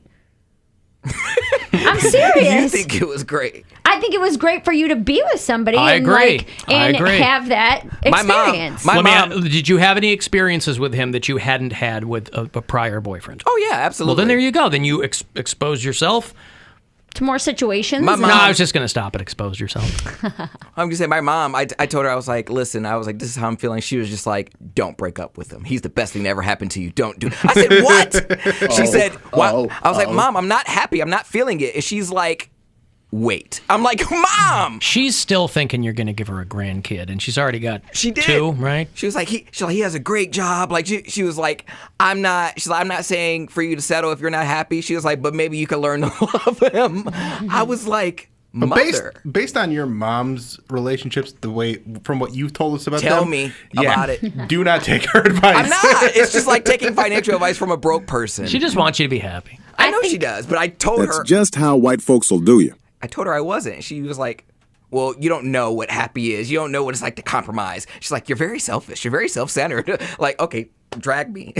Well, but also, you're a single guy. You don't have kids. You don't have other responsibilities. This is when you should be dating around. Yeah, there's nothing wrong with that. That's the problem that she has. Your mom's trying to wife you up. That's an older generation thing too, though. Like my mom said that about every guy I've been with. Work through it, make it work. You'll figure it out, because they come from a generation of no divorce. This is your man forever, even if you're just dating. Over the weekend, my sister and I were talking. We were my nephew and Nora we were at the hotel pool, and so the kids were off doing something, and she and I were just kind of sitting there bobbing up and down and talking, and we were laughing about our parents, because our parents are very black and white. It's just conservative and how we were raised. When I told Dad that I was getting divorced, he looked at me and said, "Are you on drugs?"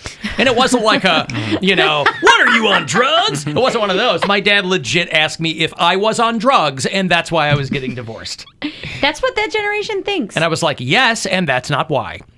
I've got to take a break. If you want to get a text in, 35192 to do that. You can watch live at alancoxshow.com if you want, and we'll be back. The Alan Cox Show. On our free iHeartRadio app and your favorite smart.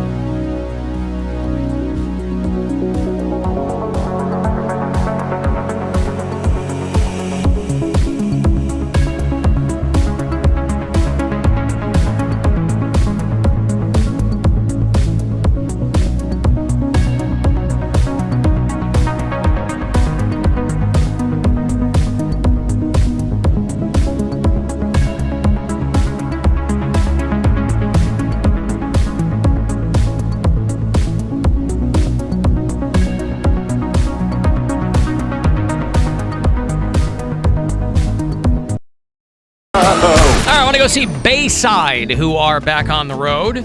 Oh, it's going to be like a pop-punk extravaganza all over again. Bayside from New York City. Bayside, Queens, hence the name. They're on the road with Senses Fail, Hawthorne Heights, and the Bomb Pops. It goes down Friday, September 10th at the world-famous Agora Theater. You can go to agoracleveland.com if you want any further info. But get yourself a pair of tickets to see all those bands. Be caller 10, 216-578-1007, or 800-348-1007. To all our men and women in uniform, I've been a lifelong fan, 20 years in the military, come back, and to find your afternoon show is f***ing horrible. thanks from the Alan Cox Show. Horrible. On 100.7 WMMS.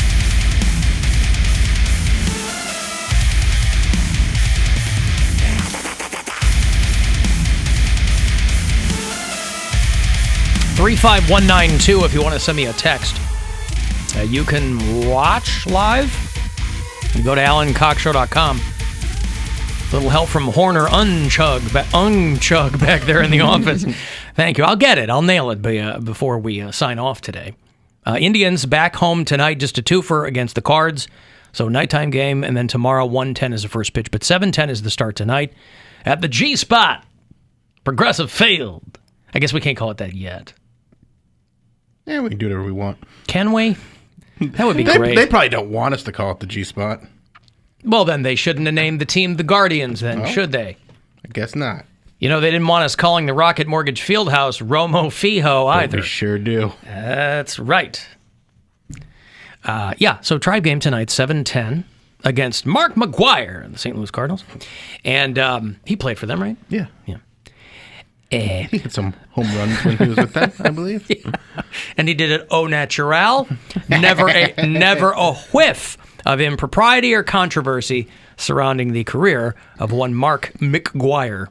Yeah, he saved baseball. Sure did, didn't he?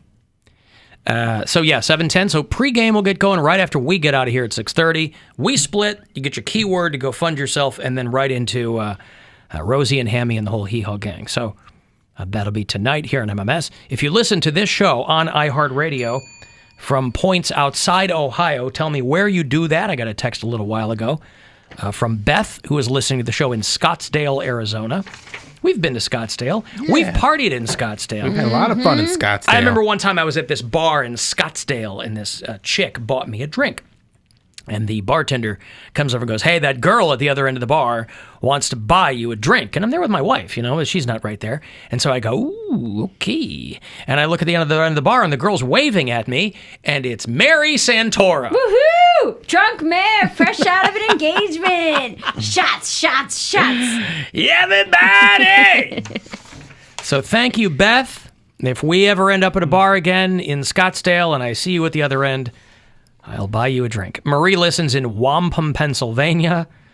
I'm not sure if that's the preferred nomenclature anymore, but there it is. Amy listens in Captain Cook, Hawaii. Joel is one of our many Pittsburgh bureau chiefs. And let me get a good one here. Yeah. So thanks. If you listen on the app, I do appreciate that. Oh, we talked about this guy a while ago. That dude from Akron ended up in like the Final Four on The Bachelorette. And he bailed. He left. I didn't know that. He just quit? Because of his kid. Yeah. He quit on love? He said, "My son needs his dad." This guy, Michael Aleo, I think. We talked about this just because he was from Akron. I stopped watching The Bachelorette many cycles ago, but I used to religiously watch that show. This was a guy whose wife died from breast cancer, and he's got a son. And that's going to be tough when you go on these shows because you got a young girl who has no interest in becoming an instant stepmom, even though if she talks the talk for a while, because she's got to do that. But she wants her own kid. None of these young chicks want to be instant stepmom. You could do that in real life. You don't need to do that on television. And so Michael Aleo had to make a choice. And it's also a much more daunting task to be a stepmom in a situation where the mom passed away. Not where it's like, things didn't work out. Like she doesn't, if it was just a split, where the kid would still get to see their actual see the mom. Or the parent wasn't around. They're still alive, but they're just not around. That's one. But like, this kid's mom died. Yeah. So like you're like, oh, how'd you meet my dad? Oh, he was a guest on this reality show. And We were I on chose television, him. and the kid goes, what's television? Before you guys had a chip implanted in your brain that gave you the vaccine and 52 channels, there was a thing called television, where everyone would stare at a stationary box. Here he is telling Katie, this was before they were going to do the dates where they go home to meet your family, the hometown dates. He was one of them? He was one Yeah, of the hometown I think dates? it's him and three other dudes. Wow. Like, he's one of the final four in this thing. And he So he was only going to be there a couple more weeks anyway. he bailed. Yeah. Obviously, James is home. I was FaceTiming him. His kid's 4. So it's a little kid. Yeah. Yeah. Outside of the, where are you? Why aren't you coming home? Although, and again, I'm sorry, but it says that his son is 4, but he lost his wife several years ago. I think she just died in like 2019, so I'm not sure what several. It's their kid. That's 2 years ago. Right, but the kid's 4. I'm just saying if it was several years ago, you can't have a 4-year-old kid and the mom died 7 years ago. You know what I mean? Yeah. But several doesn't mean 7 years ago. We're not going over this again. We've done this before. We're not more doing than several. 2? Yeah. Well, that's no. A pair is 2. A pair, and then a couple is 2. Yes, and then a few Is 3. or 4. Yep. We've done this. We've done this before. We've actually done this several times. Well, consult the tape. Obviously, James is home. I was FaceTiming him outside of the, where are you? Why aren't you coming home? He said, like, why don't you want to see me anymore? I can't focus on anything. What did he say? Why don't you want to Why don't you want to see me anymore? Oh my God! Oh, that's heartbreaking. Now I don't know how thing to many. hear. Again, they don't shoot these in real time, so I don't know how long the guy's been there. I should ask my wife about this. It's usually like 2 months or something. I didn't think it was that long, but you might be right. But that means that up until this point, he had to really shine this kid. You know, he had to really like tell this kid, "Oh, Daddy's coming home soon." And why don't you want to see me? Like, why don't you want to see me anymore? I can't focus on anything else. I'm not leaving because of us. I'm leaving because my son needs his dad. 6 weeks. Yeah, see, that's what I thought. It's pretty quick. But 6 weeks is a long time in a 4-year-old's life. Yes, and this it goes is. back to the argument that I had before, where I said you shouldn't leave your kid when they're that young. The last kid was like 2. I still think The last kid was 2. 2, 4, whatever. 2 I think. and 4 is way different. But I still don't think you leave your kid when they're that young. And a lot of single moms have done this for reality TV, and their spin is always, well, if I win this, it's going to be an amazing, I can really provide. I for my understand son. that, yes. Except that most people on these shows do not win. The majority lose, but you make money along the way. This guy is from Akron, and he left. His wife died of breast cancer in 2019. They have been together for 16 years. Wow. And had a 4-year-old. And so any dad in that position, I can absolutely see where you'd be like, I gotta pull the chute here. You think that maybe has something to do with it too? Like, I don't know how seriously he has dated before this, but if his wife only died 2 years ago, and then being close to engaged to another woman might have spooked him a little bit too.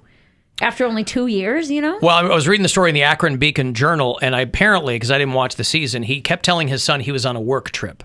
And he said, I'm trying to work that ass.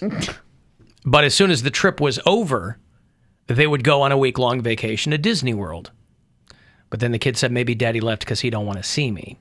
And so you have a FaceTime like that with your kid. You're packing your bags, man. There's just no other way. So then people were tweeting, like, if Disney doesn't buy this guy and his son a full trip to Disney World, Right. we're going to start a GoFundMe. So, yeah. So people were definitely crying watching The Bachelorette because of this guy from Akron. And he 100% made the right move here. Oh, yeah. You know, as if our opinions mean anything on this, but I mean, you know, you are putting yourself out there for public consumption. So he asked her to remember the night they met and how he presented her with a pocket watch. Why? Is he the White Rabbit in Alice in Wonderland? Why is he handing out pocket watches? I don't know. Speaking of rabbits, by the way, I got a letter from so-and-so who's got a rabbit underneath his house. And he was consulting us to try to figure out if we could offer any help on what the situation might be in figuring this figuring this. Trying to get the rabbit out from under his Rabbit house? out, yeah. Rabbit has recently made its home under my house, and the family and I have been spitballing names for it. This is Chris from Niles. And he goes, coming up with punny names is something I would definitely say is on brand for you guys.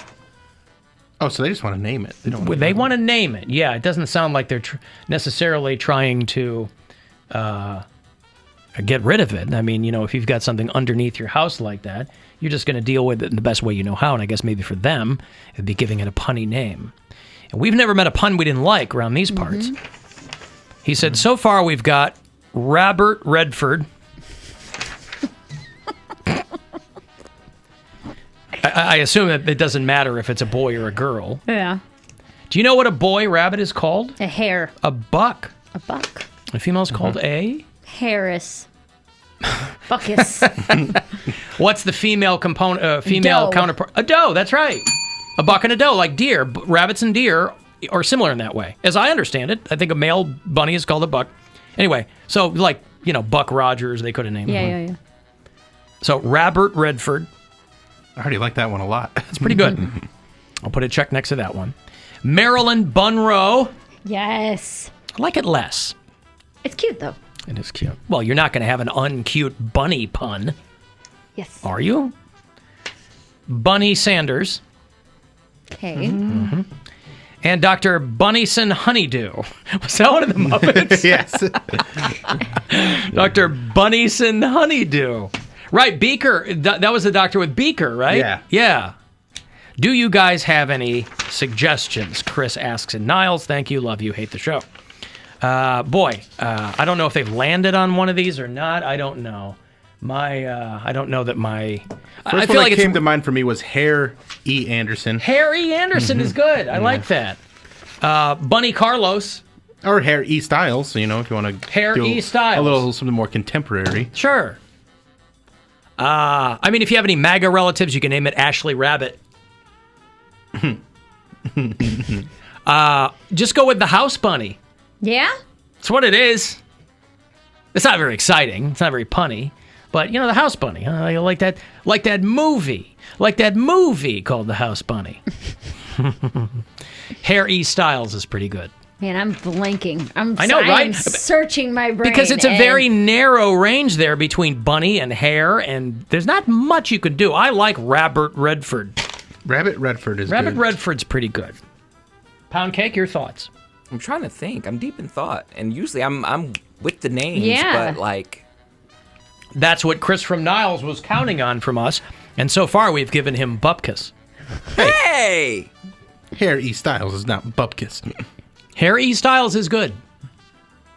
But I can't, I personally can't top Robert Redford. But you've got, 10 seconds, Poundcake, to come up with something good. Oh, God. Or you'll be fired. Ooh. No pressure. Bunny Bunflump. Ted E. Bundy. I don't know about that. Harry Potter. Alan, that dad is going to be the next guy in The Bachelor. Is that speculation, or is Then that what? The kid's gonna have to come with him. right? Yeah, I mean that doesn't seem like a solution. Oh, God, he's the kid is the one giving out the roses. My dad likes you. My dad wants to get in your pants. He said you make him horny. Harrison Ford. There you go. That's a good one. I was gonna never mind. Come on. Bunny Dahmer. Jeffrey? Fuzzy Sanders.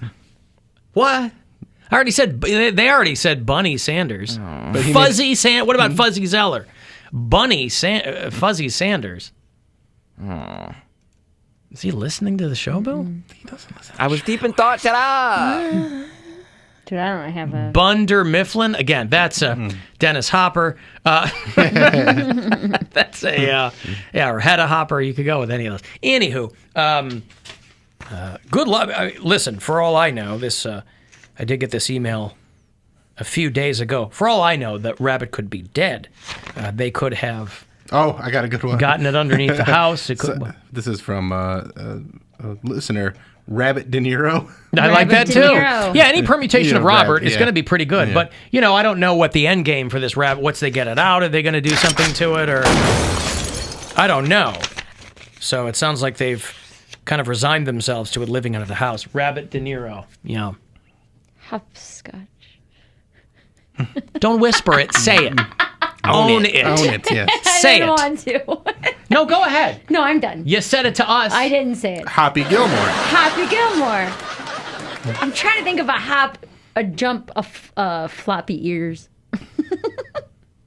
I got nothing on this. Somebody suggested Plank Jackson. That's pretty good. Just name it Plank Jackson. Luke Skyhopper. Fuzz Bunny. Oh, there you go. No. No. Jefferson Hairplane. They did a song called White Rabbit. One pill makes you smaller. I was listening to that song. That came on the radio on the way back from Chicago, and I was like, wow, White Rabbit. It's a mercifully short song. It's a classic of the psychedelic era because, of course, you had to be on drugs for that song to be entertaining, even though Grace Slick, super foxy. But that song, I was like, oh, my God. Okay, so, again, we don't have anything better than Rabbit De Niro. Cosign. That's pretty good. That is pretty good. David Lee Hops. What? That's not the... Sean Bunnery. Okay. These are, again, Rabbit Downey Jr. Right. I do appreciate the submissions here. But, yeah. Oh, speaking of foxy ladies, did you see the 57-year-old swimsuit? The 57-year-old mom, Kathy Jacobs. Oh, not J-Lo. Not J-Lo. No, Kathy Jacobs, who is super foxy. She's 57. She is the oldest woman to ever appear in the Sports Illustrated swimsuit issue. Imagine that's your mom. I don't know when she had her kids. She's a mother of 4. But her kids are probably like Mary's age. Oh, yeah, she's great. She's the oldest woman to ever model for the swimsuit issue after being one of 6 finalists in their annual casting call. Age is Beauty is the account I saw her on. I don't know if that's hers. But yeah, that sounds like, I think that probably is hers, right? That's probably not just an aggregator. Some of these Instagram accounts are. But when you're an older woman and you still want to be hot, you call it something like age ain't nothing but a number or whatever. But boy, she looks great. I got one more rabbit name. Yeah. Jack Rabbit Black. What? Ring-a-goo. Jack Rabbit Black. Yeah. Okay. Because Mary loves Jack Black. Loves him. Favorite. Hair E. Santora. Hey. Somebody suggested. Again, don't know if it's a buck or a doe. I guess it doesn't matter, right? You're asexual for all intents and for all intents and purposes. From Flop Wilson. That is a deep dive. I like it, but you got to be old to enjoy that one. Aerosmith. Donald Thump. Okay. Julia Roberts. Yeah. Anywho. Redford's my favorite. Yeah, Robert Redford's good. We weren't going to top that, and I won't lie to you. I was rather disappointed in my own inability to top. The more I thought about it, I was like, wow, there's nothing. I'm coming up with nothing. I also liked Hoppy Gilmore. Hoppy Gilmore is good. All right. Listen, so anyway. You're welcome. Taylor Swift. Taylor Swift. Sure, Cotton Taylor Swift. They're so bad. I've got to take a break, mercifully. If you want to get a text, 35192 to do that, alancoxshow.com to watch live, and you can listen live anywhere on the iHeartRadio app. The Alan Cox Show on 100.7 WMMS. Rover's Morning Glory. So you're mad at your bank and the post office? Why? I'm in the hole negative $12. I owe the bank $12. I said, how is that? She said, because fine fees and penalties levied against me for return of bank statements are going back to the bank. I said, well, why is that? They said, well, you have to check with the post office. It's right directly across the street. I'm standing here looking at the post office now, but it's yours. And it's the What do you do for a living, sir? This is the micro machines, man, Charlie. Rover's Morning Glory. Weekdays on 100.7 WMMS and 24/7 on our free iHeartRadio app. Your afternoon drive is fueled by GanleyAuto.com, Ohio's largest automotive retailer. DQ presents, picture this. Picture the DQ Reese's Extreme Blizzard. That's Reese's Peanut Butter Cups and Reese's Pieces, plus peanut butter topping and chocolatey topping mixed in world-famous DQ soft serve. Now picture yourself digging in. To express the excitement you'll feel, I'm talking in all caps, because it's a capital E extreme treat with all the Reese's flavor you could dream of. Underline exclamation point. Try the DQ Reese's Extreme Blizzard and take Reese's and DQ love to a whole new level. DQ. Happy tastes good. Uncle Nate here for Kia of Streetsboro. Are you tired of the sweats you wore through the pandemic? It's time to trade up to a better wardrobe. Boyfriend and you not seeing eye to eye? It's time to trade up for a better guy. Tired of driving around in that old car? Well, it's time to trade up to a user-certified pre-owned car. At Kia of Streetsboro, we have hundreds of used vehicles, and we're getting new inventory every single day. A certified pre-owned Kia has tons of benefits for you to trade up to, like a 10-year, 100,000-mile limited powertrain warranty, 1-year, 12,000-mile comprehensive platinum coverage, which includes reimbursement coverage for covered repairs, and a 165-point inspection to make sure you and your certified pre-owned Kia are in great shape. Worried about credit? If you've got a job, we'll get you financed with our national network of finance partners. So come on into Kia of Streetsboro, right where 480 meets the Turnpike, and don't forget, tell them Uncle Nate sent you. The Kia CPO 10-year, 100,000-mile limited warranty begins on the original in-service date of vehicle and odometer at zero. The limited warranty program includes the remainder of roadside assistance, powertrain coverage, and the new vehicle limited warranty basic. Qualified financing may vary. See retailer for details. Find the employees you need to get your business moving. Sign up with iHeartAdBuilder.com and create a custom radio ad to reach job seekers listening to stations just like this one. Get started today at iHeartAdBuilder.com. Hey, it's Charlie here for Classic Chevrolet and Menor. Right now, you can lease a 2021 Chevy Trax LS for just $199 a month for 39 months with 10,000 miles per year. Save big on a retired courtesy car with low miles. Just contact my dude, Jeremy Hamilton. He's the general manager at Classic Chevy for this amazing lease offer on a 2021 Chevy Trax. It won't last long. Check them out at Center Street in Menor or shop online at driveclassicchevy.net. Chevrolet, find new roads. $9.99 due at signing with approved credit. Tax, title, and doc fees extra. Offer expires 7/31/21. Heard you're buying a car. I brought my calculator. Dad, I already used Capital One Auto Navigator. I found my car online and got pre-qualified instantly, instead of all that. You know those things impact your credit score. Didn't impact my credit score, Dad. Now I'm going to the dealership for a test drive and to make the purchase. Sounds too easy. No, it's just easy. Capital One. What's in your wallet? Terms and conditions apply. Find out more at CapitalOne.com/autonavigator. Discover brand new Mazdas for under $200 a month at the all-new Mazda of Kent. Mazda of Kent. Lease new 2021 Mazda CX-30S SUVs from $139 a month, $139. Or lease new CX-5 CUVs from $169 a month, $169. U.S. News & World Report awarded Mazda the 2021 Best Car Brand. And at Mazda of Kent, you can drive away today. Plus, you could get out of your old car today, even if you still owe thousands more than it's worth. And we want to buy your car, even if you don't buy from us. Discover brand new Mazdas for under $200 a month. Our brand new Mazda CX-30 SUV, $139 a month. Or CX-5 CUV, $169 a month. At the all-new Mazda of Kent. During the Season of Discovery sales event, MazdaKent.com. MazdaKent.com. Qualified buyers. Lease new 2021s for 24 months with $39.95 due at signing. 30,000 miles, 15 cents per additional. Security wait. CX-5 price $25,900. Total payments $4,056. CX-30 price $22,400. Total payments $33,36. Tax doc fees not included. Inspired by State Farm's surprisingly great rates. It's so cheap. Yeah, got a great rate on the down low. 'Cause Jake isn't your average Joe. Like a good neighbor, State Farm is there. I absolutely love my dog, but the constant shedding, not so much. But then I got a Swiffer Sweeper Pet Kit, and it is amazing. These super thick cloths pick up a crazy amount of hair. Just look at all that. And that was from just one swipe.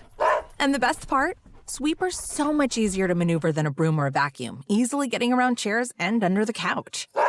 You're right. Now I can focus on you, not your shedding. Swiffer Sweeper Pet Kit. because shed happens. Hi, it's Jen Pachano, and you know I'm a real foodie, especially now that it's grilling season. I grilled every day this week. And if you don't know what to grill up for the gang this week, don't say Uncle, unless it's Uncle Charlie's sausage. Uncle Charlie's is made with 80% lean pork and only the best quality ingredients. It's always made fresh, never frozen. That's why it just tastes better. Make grilling season great with Uncle Charlie's sausage, grillers, and breakfast sausages found at your favorite grocery store. Uncle Charlie's Sausage, the official sausage of the Cleveland Indians and your next barbecue. There's never been a better time to switch to Spectrum Mobile. You could save hundreds of dollars on your mobile bill. Plus, there are no added taxes, hidden fees, and no contracts. Try the Spectrum Mobile Savings Calculator today, and in 3 easy steps, you'll see how much you could save by switching. Visit spectrummobile.com/save. Spectrum Internet required. Savings may vary. Restrictions apply. Visit spectrummobile.com/save for details. Hey y'all, this is your girl Cheryl Underwood, and I want to tell you something. My digestive system used to make me feel sluggish, but those days are over. Now I feel great. That's because I increased my fiber intake with the Metamucil 2-week challenge, and I'm still hooked. I just took Metamucil every day for 14 days, and it's really that easy. Metamucil traps and removes the waste that weighs you down, so you feel lighter and more energetic. Now I never want to go back to that heavy feeling. Are you ready for the Metamucil 2-week challenge? For a coupon and daily support, sign up at Metamucil.com today. Join your local Domino's team as a delivery expert or manager. Enjoy flexible schedules and earn extra cash. Your local Domino's stores are hiring in Cleveland and the surrounding areas. For details and to apply, visit jobs.domino's.com. Try Domino's Carside Delivery next time you carry out 3-topping pizzas for $7.99 each, and we'll conveniently carry out your order to your car contact-free. Carry out only. You must ask for this limited time offer. Prices, participation, and charges may vary. Excludes XL and specialty pizzas. Crust availability varies by size. Message and data rates may apply when using Domino's Carside Delivery. Have you tried Audible? Whatever your summer is shaping up to be, streaming Audible can heighten the experience. Returning to the daily commute? Turn it into a time for inspiration, laughter, and discovery with Audible. It delivers everything you love listening to, all in one app. Stream bestsellers, new releases, guided meditations, exclusive originals, podcasts, sleep tracks, and so much more. Download the Audible app and start a free 30-day trial today.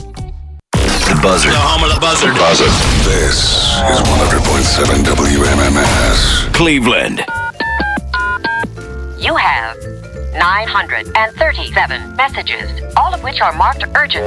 Call the Alan Cox Show. 216-578-1007 or 1-800-348-1007.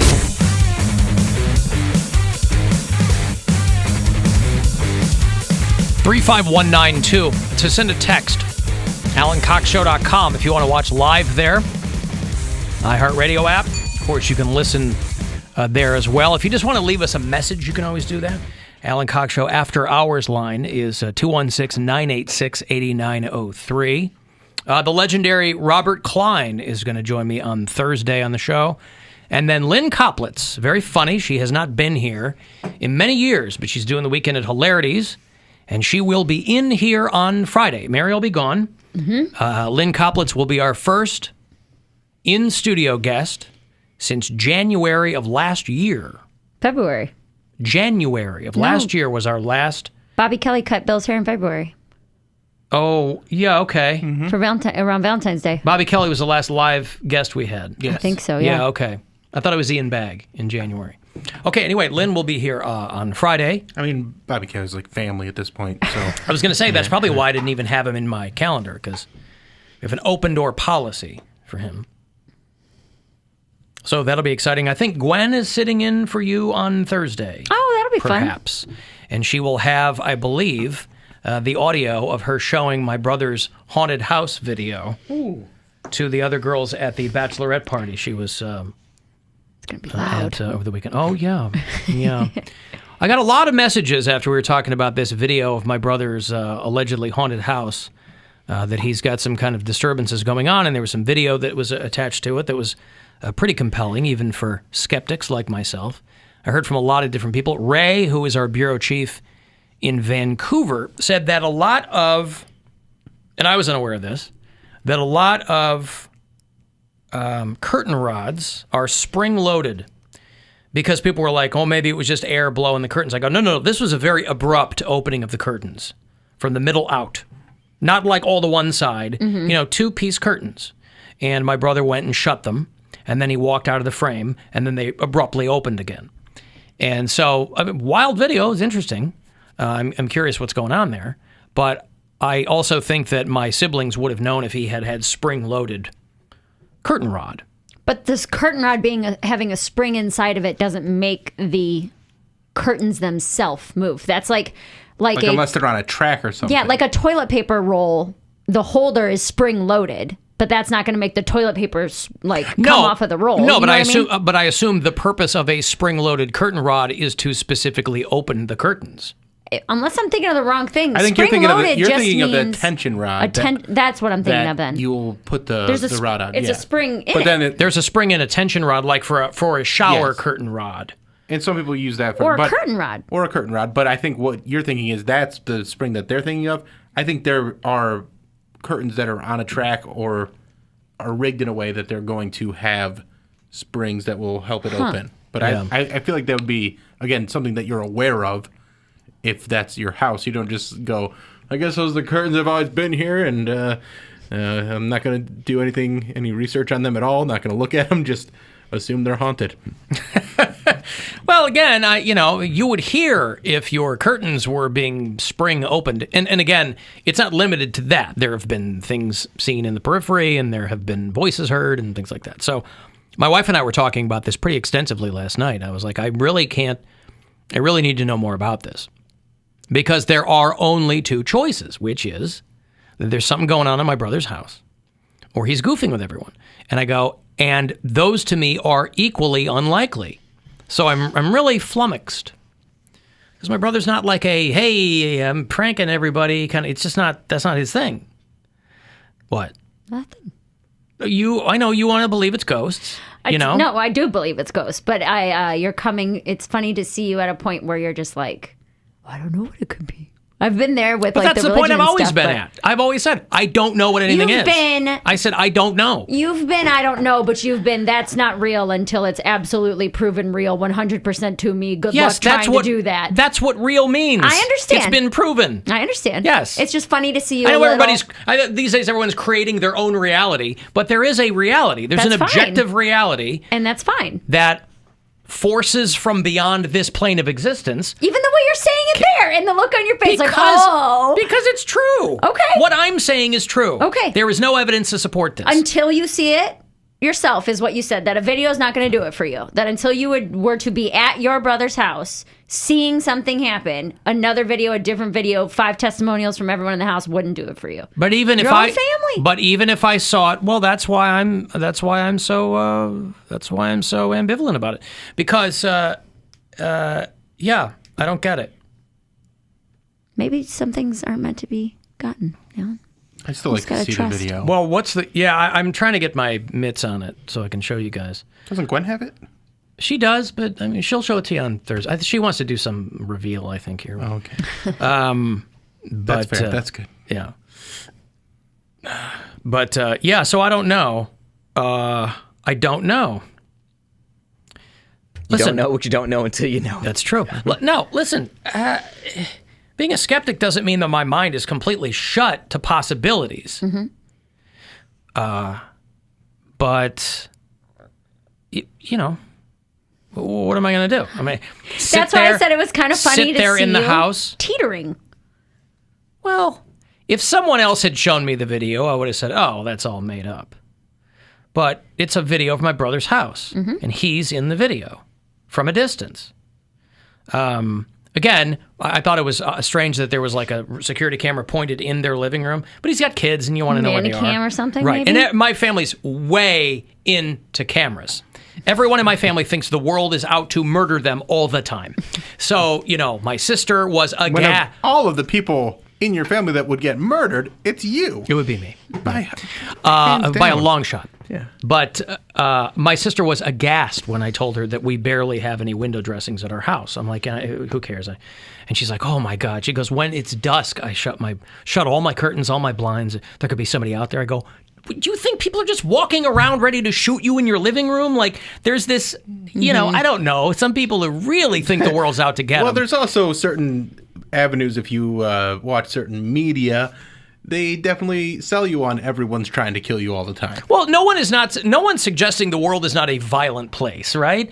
But as I understand it, millions of people don't get killed every day. Mm-hmm. And so the odds are pretty good that you will be one of those millions of people who don't get killed by someone shooting you through your living room picture window. Or anyway, that's neither here nor there. 3 people shot down the street from my house the other day. Mm-hmm. Oh, cool. Yeah? Mm-hmm. Did you say that was pretty cool? I'm being sarcastic. I didn't hear sarcasm in your voice. You said that was pretty cool. No, I'm just minding my own business, just watching, my Oprah... Watching my Jennifer Hudson and Oprah Winfrey special, and I hear woo woo and a bunch of cop cars, and I didn't even hear a bang, but I'm like, damn, is a house on fire? Like, I should have known it was a shooting, but I was like, okay. Why should you have known it was a shooting? Because it's Cleveland. Well, again, tens of thousands of people in Cleveland don't get shot every day. Mm-hmm. And did you run down the street to see what was going on? No. Oh. It was like late. Yeah, go outside, see what's up. No, I heard that. You're not curious? I heard the ice cream truck right after. The whistles go woo! You heard what? I heard the ice cream truck like right after though. Wait, it was late and there was an ice... You said it was late? You said the ice cream truck was out. It was like 8 o'clock. It's not dark yet. 8 o'clock is late? Been home for like 45 minutes. Boy, this guy, you think he was still in a relationship. It was late. It was 8 o'clock. Are the ice cream trucks... Yeah, because that's after dinner. They're trying to get the kids after dinner. 8 o'clock's not late. I thought you meant like 2 in the morning. Oh, no. Oh, okay. No. He's like, I'm not going outside. It's late. Oh, it's still light out, but... 8 o'clock, I mean, that's pretty late. Is it? I think so. I feel like in the summertime... Still single digit. Well, also, in the summertime, the sun is still out. Yeah. Okay. And then you get that sweet yellow-red moon we've had the last few nights. Hey, how do you like that action?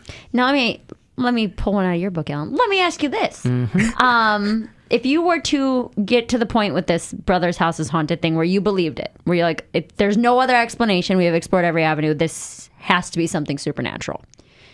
Would you take offense to people calling you guys kooks and I can't believe you believe in that nonsense and there's no evidence, it's all anecdotal evidence? No. You wouldn't be like, I know what I saw? Well, I would say I know what I saw. I wouldn't take offense at people calling me a kook. Okay. People call me a moron all the time I know, but it's for my opinions. I feel like you're strongly in that, like, it's all anecdotal evidence, none of it's real. But then I was wondering if the tables were to turn and you were to be the one with the anecdotal evidence. Well, let me go a little bit further. Not only anecdotal evidence, but traditionally anecdotal evidence that is then disproven or debunked.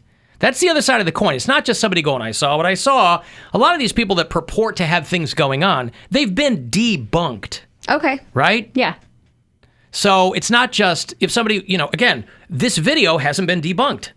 So I'm still in a limbo of what is this? Yeah. It's very interesting. Trust me. I've said it before. I'll repeat myself. It to be ghosts. I would love for this to be ghosts. Can you have them I'm send Fox it to Mulder up in this bitch, man. I want to believe all that stuff. But people have valid questions. Why are ghosts so subtle? Why not? Why? But you think they'd why want do to make answers? They'd want to make contact. What? Maybe they just want to mess with you. What? Why? Ghosts why do you want answers? Dead Why people do you are need pranksters. well, here's the thing: spirits are just pranksters. Okay, hold on. This is where I draw. This is where I get aggravated. I buy into all of it. Okay, right? So I think you can't dip your toe in it. You can't believe in a supernatural and then expect to know everything about them. No, you cannot. That's what religion is based on: is picking and choosing what you believe. No. I'm saying you can't say, okay, this other world that we know nothing about exists, but why don't I know everything about it? I'm not saying that. I'm saying that's what those questions are. No, those questions are, I'm not saying I got to know everything. Nobody knows everything. What I'm saying is, why would ghosts, let's take one thing. Why would apparitions and ghosts be so subtle? How would you even begin to get that answer? To get what answer? Of why are they subtle? But why wouldn't you ask the question, though? Who are you asking it to? My point is that no one on this plane, if you're believing in another spiritual plane, no one on this plane has that answer. It's more of a philosophical question. It's nothing that you're right. It's nothing where a ghost could sit down and go, let me tell you how I do things. Here's my thesis on. Right. Yeah. A ghost thesis would definitely sway me towards That's what I'm saying. believing in ghosts. That's why the movie Poltergeist was such a great movie, because it was a modern movie of a family in a suburb. Everything looked normal, and they find out there's weird stuff going on in their house. Not necessarily just ghosts, but like the scene where she puts the kid on the kitchen floor, And he's like, zoom. and he zooms across the floor, and she repeats that like an experiment.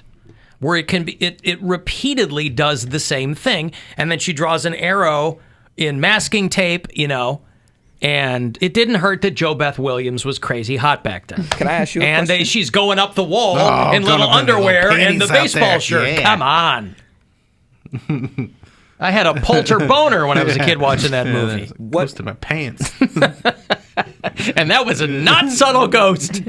What was the freakiest thing you've ever seen in person? Not on video, you personally. What was the weirdest thing where you're like, okay, that's worth a thought? Like, maybe that's not a coincidence. Me? Yes, you. I don't know. I've told the story about when a friend of mine, when we were younger, we were probably in the 7th or 8th grade. A friend of mine, her mom and dad got divorced. And she and her mom had to move to this new house or whatever. It's in the middle of nowhere. And so she had once the dust settled, she had a handful of us out to the house, just kind of screw around, whatever, a little party that her mom sanctioned. And her mom mentioned to us that there was a room upstairs she did not want anyone going in. It was like a 3rd level room that was allegedly like an attic space. And she didn't want anyone going in there because the realtor had told her that someone had hanged himself in there. And of course, we're in the 7th grade. Yeah. And there's half dudes, half girls. And the dudes, I was desperate to look cool in any capacity whatsoever. Right. Or brave or whatever. And so me and a couple of let's go up there, right? As soon as we opened that door, I could not have felt dizzier. So I'm like, okay, either there's some maybe there's some magnetic anomaly up here, Magnetic anomaly. Well, you know what I mean? I love that's your 7th grade brain. There's a magnetic anomaly. No. I'm saying that now. That's his brain now. Yes, I wasn't in the 7th. Explaining away the paranormal. I could barely tie my shoes in the 7th grade. But a couple of the other guys, it might have been, confirmation bias, but they said they felt something too. I don't know. But I felt really dizzy, literally like I was going to fall over. So I lost my bearings shifted. or whatever. Something. That's, but again. But did you go up there? Yeah, I went into the room, and that's when all that happened. I thought you said you opened up the door and you felt dizzy. Well, yeah, you opened up the door, stepped in the room, Threshold. and then yeah, kind of, a little bit into the room, yeah. But there are people who will say, well, this is how they explain it. They go, well, people are like antenna, and if they're not set to receive, some people just can't see what's going on. They can't feel it, which is a nice analogy, and maybe that's true. Maybe some people maybe you have to be a believer maybe you have to have your mind opened up to that. Well, I think that's true in any facet of life. Like if you're not open to receiving compliments or things like that, or good news, or if you're a pessimist and you're always seeing the bad in things, you're going to be a little more blinded to the lighter side of things. So I think that your mindset has a lot to do with that. But here's what I think. If the afterlife is a thing, then it has always been a thing. It is eternal, right? Mm-hmm. As long as people have been conscious and sentient and died, there has been an afterlife. If you believe that, let's go along with that theory, that there is an afterlife, that there's a place you go when you die, and that spirits, unfinished business or not, can exert themselves on you and your belongings, right? Mm-hmm. So if you believe in an afterlife, it is eternal, it has always been there. Why has there been no proof? Well, None. It's what are you accepting There's as no, proof? No. There's no, you'd think by now someone in the 1300s would have, when they didn't know anything, they thought the sun could eat them, You would have thought that at some point, given all of the advances in technology, by now someone would have proven either yay or nay. But there's facts now that people ignore that we know to be true. But I'm not talking about that. But you're an anti-ghoster. That's what you are. Just like with you, Alan. The information's all out there, It's all Alan. out Connect there. the dots. And we're just blind to it. No, we're just as bad as them. Just like your brother showed you a video. But those are people who are being willfully ignorant to facts. Maybe that's what we're being, You Alan. might be willfully ignorant to the facts. There is no one who would, there would be people that would have their own agenda with religion and things like that. But I think most people on the planet would be fascinated. I mean, life would change for everyone if 100%. They proved afterlife. But here's the thing. I think that it's arrogant to... I feel like you can't believe both. You can't say, okay, there might be an afterlife. Prove it to me. Because the whole idea behind an afterlife is like, okay, this is another world.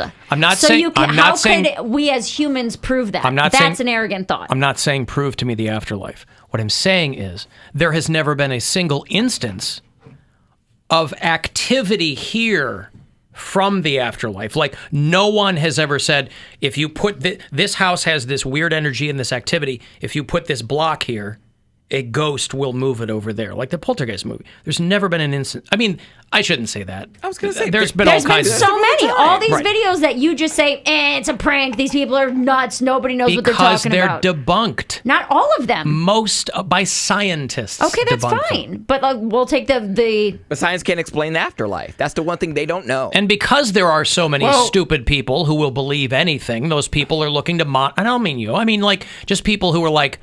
Really want to believe that stuff. And so there's a sucker born every minute, and there's people there to monetize it. The scientific explanation of there being no afterlife is that there isn't one as far as our mind or spirit, whatever you want to call it, continuing on. Energy can't be destroyed. So there is that version of afterlife where as our bodies biodegrade and return to the soil, all that stuff, like that is still a version of the afterlife, but it's just not something that we're conscious of. Mm-hmm. That to me is way more, that's kind of why I poo-poo the whole afterlife thing, because if you take into account everything it took for us to get here in the natural world, it is endlessly fascinating. You don't need more than the natural world. That we are all literally stardust from billions of years ago. That is an amazing thing. That everything that ever was propelled everything else forward to this moment on this planet. Mm-hmm. You don't need God for that. You need the universe. That, to me, the unknown things about the physical universe are fascinating enough, man. I don't need ghosts if you do a deep dive on the amazing things in the world. Right. And also the amazing thing that our brain is and how it can function. And how that's who we are our brain. Like people call it their spirit, but it's your brain. It's all chemicals. Yes, that's what makes us who we are. Okay, and I mean, so do you believe when scientists say that we only use 10% of our brain? That's been debunked. I think that's been debunked. So whatever, 80%. Yeah. That there's a certain amount of your brain which separates people who are insane geniuses from people who have lower IQs. But there's something going on there. That's not percentage of brain usage. That's their retention, actual ability. Yeah. Just like some people can jump higher than others. Mary, I have to go to break here, but all I will say is, as someone who uses 98% of his brain, I'm pretty positive. I use 98% of my Brian. Is that the same? What 2% are you leaving on the table? We know which 2%. Yeah. 2% milk. There's one part that's not on the table yet. Okay, listen, if you're on hold, I'll get you on the way back, and then I will shout you down for believing in ghosts. If you want to text 35192, I will have another $1,000 for you at 4:30, so listen for one of those keywords. If you want to go see Eddie Van Halen's kid, Wolfgang Van Halen is on the road. He's doing the House of Blues from Saturday. I will have those tickets for you coming back. It's the Alan Cox Show.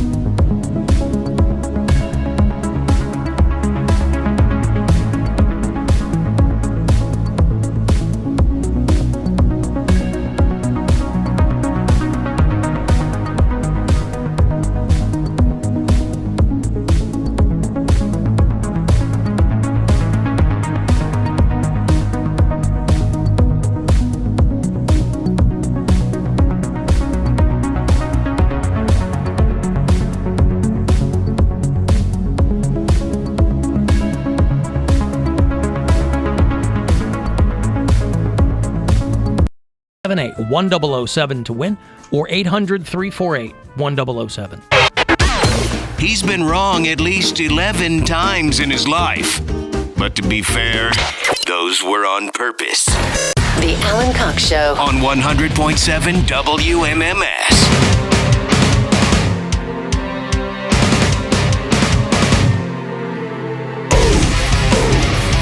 Tribe game tonight, first of two at Progressive Field against the St. Louis Cardinals. 7:10 is the start. So right after we get out of here at 6:30 is when your pregame will start here tonight on MMS, and then it's an afternooner tomorrow. So that'll be a 1:10 game. You'll hear that on WTAM 1100 and on the iHeartRadio app. Hey, Joe. Yes. What's going on, Joe? Joe, yes. Hello? What's up, man? You're talking about ghosts. Yeah. And stuff like that. Okay, well, I have worked 22 years for a public school that, yes, I've seen 3 or 4 ghosts. Okay. All right. Now, I'll tell you, you want to hear the story? Or? I'd like to hear one of them, sure. Okay. I was working a girls' basketball game, and I should point out it's at a middle school, so it was getting out about 5:45. Walking up the hallway, I got the lights out and everything, and I'm heading for the front door, and I start seeing a black smoke coming from the ceiling. Now, working maintenance, I'm thinking like, oh, God, I got to run down and get a ladder, climb up in there, figure out Right. what's going on. Right. And all of a sudden, a kid in a very old band uniform is standing there looking at me like I am the weirdest thing he ever saw. And, I mean, I can understand when I saw the video of me later when I'm trying to push a wall back with my back and my feet wouldn't stop moving. And the son of a gun looked at me, gave me a funny look, and then waved at me. But who was shooting the video? The school. Security Oh, camera. security camera. Gotcha. All the time. So it showed up on the security camera. Nothing. Oh, it was just you standing. Smart aleck kids reach up there and smudge the cameras, but they got me. I was very eminent in the camera, screeching because I was letting the air out of me something fierce. And then wait, Joe, you were you were farting or screaming? You were screaming. Were you panic farting? I was the air coming out of my mouth. Oh, I see. Okay. I mean, it was like Okay. And are you a jittery guy in general? No, I'm an angry. Never mind. Angry? He's like, no, I'm an angry guy. This is my anger manifesting itself as a band nerd from the 60s. Oh, no. This kid was, okay, the story, when I told, there was an older woman working for the school, and I talked to her about it on Monday, because this is a Saturday I'm leaving. And I go, this blonde-headed kid, I could see him plain as day, but I could also see the lockers behind him through him. He's in a really old band uniform from the 60s. And I'm telling the woman, I don't want to give her name, what I saw, and she started tearing up. And then she went and got one of our old yearbooks, because, you keep them handy, and showed me a picture of the guy. And it had the black outline. He was killed going to the football game to play in the band, still in his uniform. And the lady was tearing up, and they even told me his name and everything. And we've done 3 investigations in the school, because where I live, there's a guy that does that stuff. And we have got voices. We have got weird stuff on camera that doesn't make any sense. We actually had a couple of women going at it, let's say, going at it angrily. Well, you had me excited there for a second, Joe. I've got 2 ghost lesbians going at it. What? No. These women, one's calling her the B word. Ghost bitch. Yeah. Well. Okay. So two questions. Hear this stuff until they play it on the recording. Right. It's plain as day. So did you guys turn the recordings over to the news? He turns them over to A&E. Okay. The network A&E. Well, yeah, they're because they've got ghost shows. Yes. Yeah. Totally. Right. But I've had the pap test and everything like that. I'm sorry. And you, well, he's Yes, I had a male pap test. And Joe, you investigated as a maintenance guy. You investigated the school for slow gas leaks. Yes, Yeah. we went all through the building. We had the recordings. I mean, then there was after the football game, you got the lady running into the auditorium, which is where the guy came out of. The guy ghost came out, but she's wearing a really old majorette outfit. And, I mean, we're talking. This school has been around since the 50s. Sure. And I don't want to say the school because it's real conservative around that area. If you get my drift. You know? But, I understand, but what would that have to do with the ghosts? Because they don't want people knowing it. They don't want people to go there and, you know what I mean? see. Like, come check out the school. I see. We did the investigations, and we've gotten something every time. They put these sensors out. Yeah. They got, I mean, you got to be susceptible to it, is what the gentleman told me. Well, yeah, that's another word for gullible. I mean, of course you got to be susceptible to it. I'm all right. I was born in October, but I'm not gullible. Well, no, I'm not getting that vibe off you. I'm just saying that in general. Okay, hey, listen. I know you got to go, man. Yeah, thank you, Joe. I appreciate the call. Thank you, brother. I love your show. Man. Thank you, sir. guys Thanks, man. Doing great. Okay, thanks. There's Joe.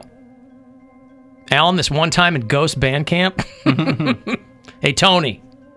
Hey, how you doing, guys? What's going on? Hey, I just wanted to debunk this ghost foolishness. You know, over 6,000 to 7,000 black people were lynched in this country. Wouldn't all those ghosts come up and kill all the slave masters? Are there black? Does anybody ever see black ghosts? Yeah, the basement I used to live in was a house for the runaway slaves. It was an Underground Railroad house, and You saw black ghosts? I didn't see black. I feel like ghosts, but- seeing ghosts is some white people stuff, and so they only see white ghosts. No, Right. Haunted spirits. And then also, yeah, and I didn't mean to cut you off, but I also lived in a very, very old house at 3074 Lee Road in Shaker Heights. And I think this thing was built maybe the 1890s. Yeah. I was there for 2 years, and many times I was walking around that house at late night, 2 or 3 in the morning sometimes, and I've never seen anything floating around in there. But just because your house isn't haunted doesn't mean no houses are haunted. That is true. That is true. Okay, that's good. And also, All right, Tony, thank you. I got to go here, but thank you. I do like when the scientists start texting, though, because they'll, there's afterlife and ghosts are two different things. That's like believing in vampires because there are bats. That's an interesting take. Yeah. That's a good argument for vampires. That's right. Wrap your necks. That's real. Ghosts are not energy. Energy is a measurement of something's ability to do work. Saying ghosts exist as energy is like saying ghosts exist as length, because length is a measurement of distance. Well, there could be a length of ghost. You don't know. I've got a whole fathom of ghosts in front of me. And that would make sense why they like the carpet fabric. The drapes? The drapes in the... Yeah. But like, getting under the sheet and all that stuff. Yeah. All I'm saying is that we have... I've had them on the show over the years in its various permutations. People who consider themselves professional ghost hunters and things like that. And other than a couple of... Even when you watch the ghost shows that are televised... my wife dragged me to the Zach Bagans Haunted Museum when we were out in Vegas. The recordings of things. Mm-hmm. You're like, okay, you're hearing what you want to hear, To a certain degree, but at the same time, when you're like, there's no scientific evidence or that's never been proven, there's still parts of the ocean that we can't get to. Does that mean that there's no floor of the ocean at that part? No, Because you can't prove that there is. I saw the ocean floor. Every inch of this planet has been investigated, by the way. Sunday, yes. I watched the show on Sunday. Sunday morning, so I wake up in the hotel. My daughter's still kind of rustling around. And I click on this BBC deep sea underwater documentary. This has nothing to do with ghosts, but fascinating. They had this thing that went to like the sea floor and these animals that exist in complete darkness it was just fascinating. So that's my point. She didn't even want me to turn on SpongeBob. She was hooked too. That's my point, is that 10 years ago, we didn't have the technology to find those fish. I'm not talking about 10 years. I'm talking about the span of human existence. Okay, there was even less technology back then. They thought that the ocean was just a place that things disappeared to. Right, but like oral tradition was all we had of history for a long, long time. So obviously, oral tradition and myth, that was how societies were like undergirded, was with myth and ghost stories and things like that, right? But you get to a certain point in history where things could be proven or disproven. But the point I'm trying to make is that I think trusting in science there's a degree of trusting that there's also things we don't know. Up until a certain point, the atom was the smallest thing, and then they split it. Any scientist will tell you it's more what we don't know. So it's about what you don't know, or you have to realize what you don't know. So I there think are known knowns, and there are unknown unknowns, and there are known knowns and unknown knowns. So I think saying something like, well, there's been no proof yet. That's all I'm saying. Thus far, there has. I'm not saying I've never said there never will be. I'm saying thus far, right. We've only lived to this point. There has been none. So, right, science is not a panacea it can't explain everything, you know? And, I mean, when you talk about the scope of the world, science is relatively young. When you talk about the existence of what everything has been. Our understanding right, well, of that's what I science mean. is, For people to have reported and proven things, that is a very short amount of time in the existence of humans. Yeah. So I mentioned it before briefly. The movie's a few years old by now. It's called The Discovery. It's on Netflix. And it's Jason Segel and Robert Redford, who plays his dad. And the premise is great, but they didn't do much with it. It was a real bummer. Robert Redford is this scientist who proves the afterlife. Proves that when you die, there is an afterlife. So then the beginning of the movie is there are just global rashes of suicides. Because people are like, screw it. I'll just reset. Yeah. And then all these other people who stay behind and try to figure out how to live under these circumstances. So all their loved ones are dead. The premise was awesome, but I was like, man, they really should have. It was a real morose kind of, movie. It's on Netflix, if somebody wants to watch it. Okay, I've got to give you some money here. It's $1,000, chance for you to go fund yourself as promised last week to do this. So these keywords are precious because somebody wins every time. I hope it's you. Good luck. Fund yourself and score $1,000 now. Text the nationwide keyword FUN to 200-200. You'll get a confirmation text and info. Standard data and message rates apply in this nationwide contest. That's FUN to 200-200. Good luck and go fund yourself. From 100.7 WMMS. Alan Cox Show After Hours line. You can always leave us a message there. It's 216-986-8903. Hey, Alan, it's me, podcast listener. Quick criticism about the show from Monday. I was listening. You were doing the tacky bit about a horse being on a plane, and I was waiting for it. You were teeing it up for it, just knocking out of the park, and you played a horse sound effect, but it was not the Poundcake horse sound effect, and I was very disappointed by that. I still am wanting to hear Cody's impression of a horse. Please do not be bashful in the use of those drops. Those are the funniest things ever. Please use those more. Never use the actual animal. That is boring and stupid. Thank you. Never use the actual animal. All right. Yeah, listen, the drops I play, they're kind of like whatever my whim is in that moment. And we were talking about horses yesterday. I did not play the Poundcake horse. Right, that's him being a horse. He's a better goat. Bah! Yep, an even better cow. Moo. I feel like I should have my own toy. He's bored cow. You know the little thing that you spin when you get to the thing that we literally played with you. Yes, it's in my office. The CNC. Yes. But I'm saying I should have that and manufacture that. I'm writing songs. I should have my own toy. I'm a brand bitch. You are. Well, you've said that from day one. That's right. Yeah. So he has been a cow. He has been a horse. He has been a chicken hawk. Hey, I molest children. He has been. That's why I can't have my own toy. Or your own show. Yeah. By the way, did you see Matt, speaking of chicken hawks, Matt Gates's future sister-in-law blowing him up online about what a creep he is? Oh, no. That's great, though. Think about that. On TikTok? Yeah, she did a series of, I'll play some of it here. I was going through it. So Matt Gates is engaged to, do you know who Palmer Luckey is? No, but I love the name Palmer. Palmer Luckey is this kid who invented the Oculus VR goggles, I think. I think he sold it to Google or Facebook or something. He got crazy rich early on. So Palmer Luckey is this guy. Matt Gates is engaged, I think, to his sister. Their other sister is like, yeah, Matt Gaetz is going to marry my sister, and he's a complete and total creep. And she was telling people about how he was trying to set her up when she was 19 years old and a DC intern. Matt Gaetz was trying to set her up with like one of his divorced friends. And he was really driving hard in the hoop. So? And what? So? Well, she thought it was creepy. And why was he pushing so hard after she made it very clear to this guy, hey, I'm not down with that. That's not really what I'm here for. Okay, but that's just, okay, call him whatever, but that's not perverted. She was of age. It's not the same thing he's being accused of right now. Well, no, he's being accused of sex trafficking. But she's just saying, when I heard what was going on with him, I was not shocked in any way, shape, or form. But just imagine your sister is blowing up your fiance on social media. Yeah, that's going to be awkward.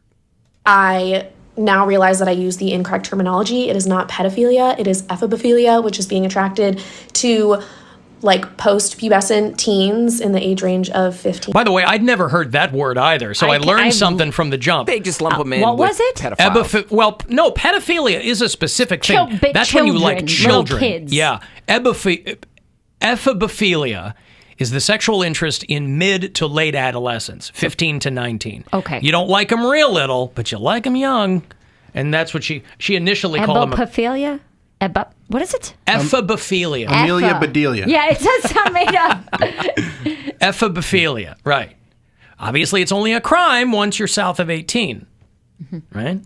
I now realize that I use the incorrect terminology. It is not pedophilia. It is ephebophilia, which is being attracted to like post-pubescent teens in the age range of 15 to 19. So last summer when I was living in DC and interning there, Matt had just started dating my sister, and he had a friend that I had met and kind of knew that was around Matt's age. This guy kept telling me like, oh, Matt told me I should ask you out, like that we'd be great together, yada yada. And I would just make jokes and be like, haha, like I'm 19, like that's weird. So I decided to confront Matt about it and be like, hey, why were you telling your friend to ask me out and like be like that's just weird and creepy.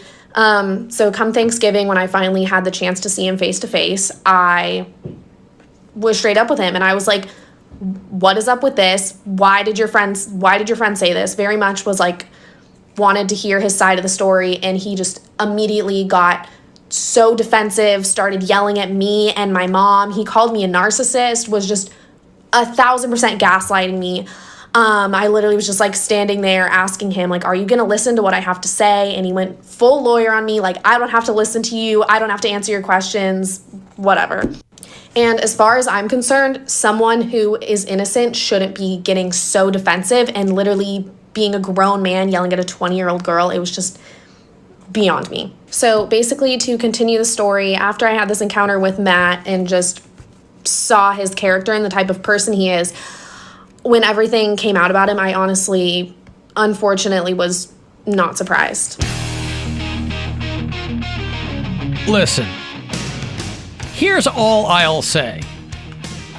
Matt Gaetz is obviously I don't think he's been charged with anything, but they're certainly investigating him for sex trafficking.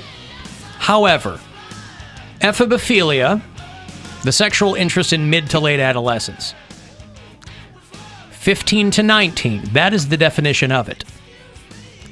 I think it's very common for older guys, as long as a girl's legal, that's what I'm saying, to go, yeah, she's 19 and she's hot. Yeah. I mean, barely legal, right? But I mean, she's calling him creepy. I'm like, what older male would be like, hey? Well, no, but I have to clarify. I did edit these long stories she was telling there. I was trying to get to the meat of it. She's still Matt Gaetz' soon-to-be sister-in-law. Her point overall was that he was really pushing this older guy on her. His friend on. Right, but after she says no. Right. And a 25-year difference? After she initially says, no, thank you, that should be the end of it. And the guy was like, oh, we'd be great, but he's got like a kid, the whole thing. So, listen, no one's shocked by this. Matt Gaetz is a scumbag. But, man, imagine just anyone. If your future sister, the girl you're engaged to, and who knows if that'll ever happen, but Well, he already cussed out her and the mom, so what difference does it make if what she says is but true? If that is true, the sister still agreed to get married to him because I guess she really thought he had a future. I'm sure at the time. But yeah, I was mowing my lawn a couple of weeks ago, and I was just kind of 17 by Winger. This is a banger, boy. 1987, I think you're talking here. And the Reb Beach solo, the Rod Morgenstein drums, just the whole thing. Can we Me Too this song? I'm mowing my lawn listening to this. I'm like, wow, is this a problematic song now? But it's a banger, and I can't stop listening to it. I'm triggered. Daddy says she's too young, but she's old enough for me. And she wasn't even legal. Then there's a whole age of consent thing, too. I was going to say, but legal's legal. 16, epipophilia, like 16 in Ohio is legal, technically. Yeah. Still gross. I thought that was like if you were within a close 18, age. yeah. No, 16 is the age of consent. No, for it is anybody. not. A 40-year-old can't marry a 16-year-old. Correct. I didn't say marry. I said consent to sex. Yeah, sex and marry. Is that true? Here's the thing. Sometimes people have sex before they're married. When? Who's ever done that? That is true. I know that's upsetting. You. Not me. And apparently a lot of barebacking in college. Watch all the pervs text in. They're like, it's true. Watch. Uh-huh. This guy over here, watch all the pervs, is what he says. We had a class in high school. That's crazy. About Yeah, consent. I know. I'm surprised you don't know about I'm that, sure you Mary. were taking copious notes. Hey, I molest children. There's an exemption we can talk about. No, I want to get out of the exemption. All right, I got to take a break. Oh, what a great song. It's still creepy. Although I think Kip Winger might have been early 20s. I don't know how old he was when he had this song. He would have been 27 years old. So just a decade's difference. Come on. All right, I got a break. If you want to get a text in, 35192. You can listen anywhere you are on the iHeartRadio app. The Alan Cox Show on 100.7.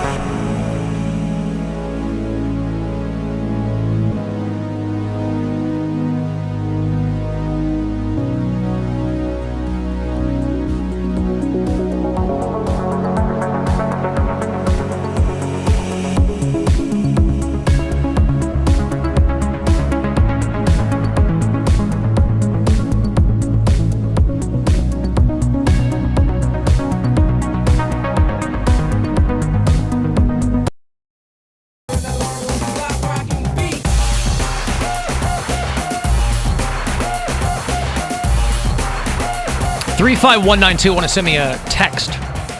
AlanCoxShow.com. Want to watch live? You can do it there. Tribe game tonight, 7:10. It's the first of two against the St. Louis Cardinals. They'll get in a nighttime and then an afternoon game tomorrow.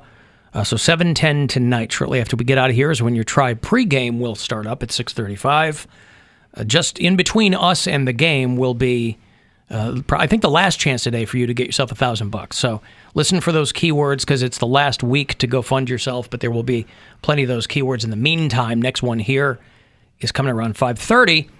Comedian Robert Klein, one of my very favorites, is going to join me on Thursday talking about a new film he's in. And then comedian Lynn Koplitz, who is doing the weekend at Hilarities. She hasn't been in here in a few years, but she will be our first in-studio guest since February of last year. Very excited about that. What's that? When you got your bowl cut. Mm-hmm. Bobby Kelly was here. I'll be working with Lynn this weekend, too. Bill Squire and Lynn Koplitz at Hilarities. Any Indianapolis bureau chiefs, I'll be at the Helium in Indianapolis. Where everyone floats with laughter. Yes. They all float down here. That's what they They say. all float down. Right. Tomorrow is always exciting because it's the new Poundcake Sports Break. Yes. Those happen. Tomorrow's always exciting no matter what because you never know, tomorrow. It's a new Tomorrow's day. never promised, That is true. Yeah, it might be another Poundcake Sports Break. I could die on the way to work. He could die on the way to work. So then there'd be no sports break. Still an exciting day. Well, could you email it in and one of us will read it? I was going to say, That's like a supervisor. Hey, so we're kind of short today. You think you can still make it in? Have you provided a contingency plan in the event that you are incapable or in the event that you are not able to perform those duties? Is there a contingency plan in place? No, I want to make you guys miss it. I mean, that might be shooting a little high. I'm simply saying, so that, we could do one in memoriam. If you said you could die on your way over, we would have to do it in memoriam, right? We would do a final tear-soaked Poundcake Sports Break. Well, right before I die, however that may be, I'll make sure that I send a group email or put it in the group chat. How about that? Also, would you be kind enough to finally prove for us that there is an afterlife? Yeah, seriously. That'd be very kind of you. They were like... But don't do it to me because then they won't believe me. I'll just be the person that fixes everything around Haunt here. those two. No, he would. He dies, then all of a sudden things start working. Yeah. Here we're like, Poundcake speaking to us from beyond by fixing the equipment. The on-air light actually comes on when you need to. That's already fixed. He would do it here at work, so we would all be subject to it. So it wouldn't be. We wouldn't have to. There wouldn't be individual hauntings. I was saying, don't just do me. Right. He could individually haunt one of you two because you two are the non-believers. But I'm here also at work not. is probably My good. intent is definitely not available. I just spy. He'd be haunting the crap out of me, and I'd just be like, I don't know. He'd write it on your shower? Yeah, he'd write it on my shower. Like my cabinets would just be flapping, and Bill, this is Cody. Yeah, and I'm just turning up the TV and like, leave me alone. If you hear fapping, I am haunting you. If you hear fapping sounds in the corner of your room, it's probably me. That's so funny. Where's that coming from? So even in the afterlife. In the afterlife. Yep, they'll just be Every echo. Every time you open your Oh my God, closet he's door. here. He's back. Where is he? Where's that coming from? Is it where is it? Is it under here? I'm spying. I'm spying on everybody. I've always wanted to be invisible. No. That was my one superpower that I always wanted. Just because I'm nosy. I want all of his. You have to give us signs using your words. So, every time you open the closet door, it just goes, Warbury. Yeah. I heard something. I thought I heard something. Confiscated. Confiscated. I keep running out of balsamic vinaigrette. Yeah. There's a typo on it on the thing at the grocery store. That's how, I have grief therapy tonight, and they always talk about your loved ones sending you signs. And a lot of people believe in that. I haven't personally seen any or anything like that, but I would love to get Cody specific signs. It just happens to be a misprint at the craft labeling facility, but they all say balsamic. I think he's speaking to us in his own inimitable fashion. I feel like we went touched on it and went past it yesterday, but did you say that you joined a boxing gym? Yeah, Title Boxing Club. You joined. I know you went with your friend. I did. I went for my one class, and then now you're in. I'm signed up. Wow, so you weren't deterred. No, I liked it. I enjoyed it. I was sore. Sorry, detoured to hear. That's a Poundcake word. Yeah, no. So, and I was like, it's great cardio. Like, I can get fit. And I'm not. And you're going to learn to kick ass. Yeah, and I'm not getting paid to say this. I actually paid for a membership. So.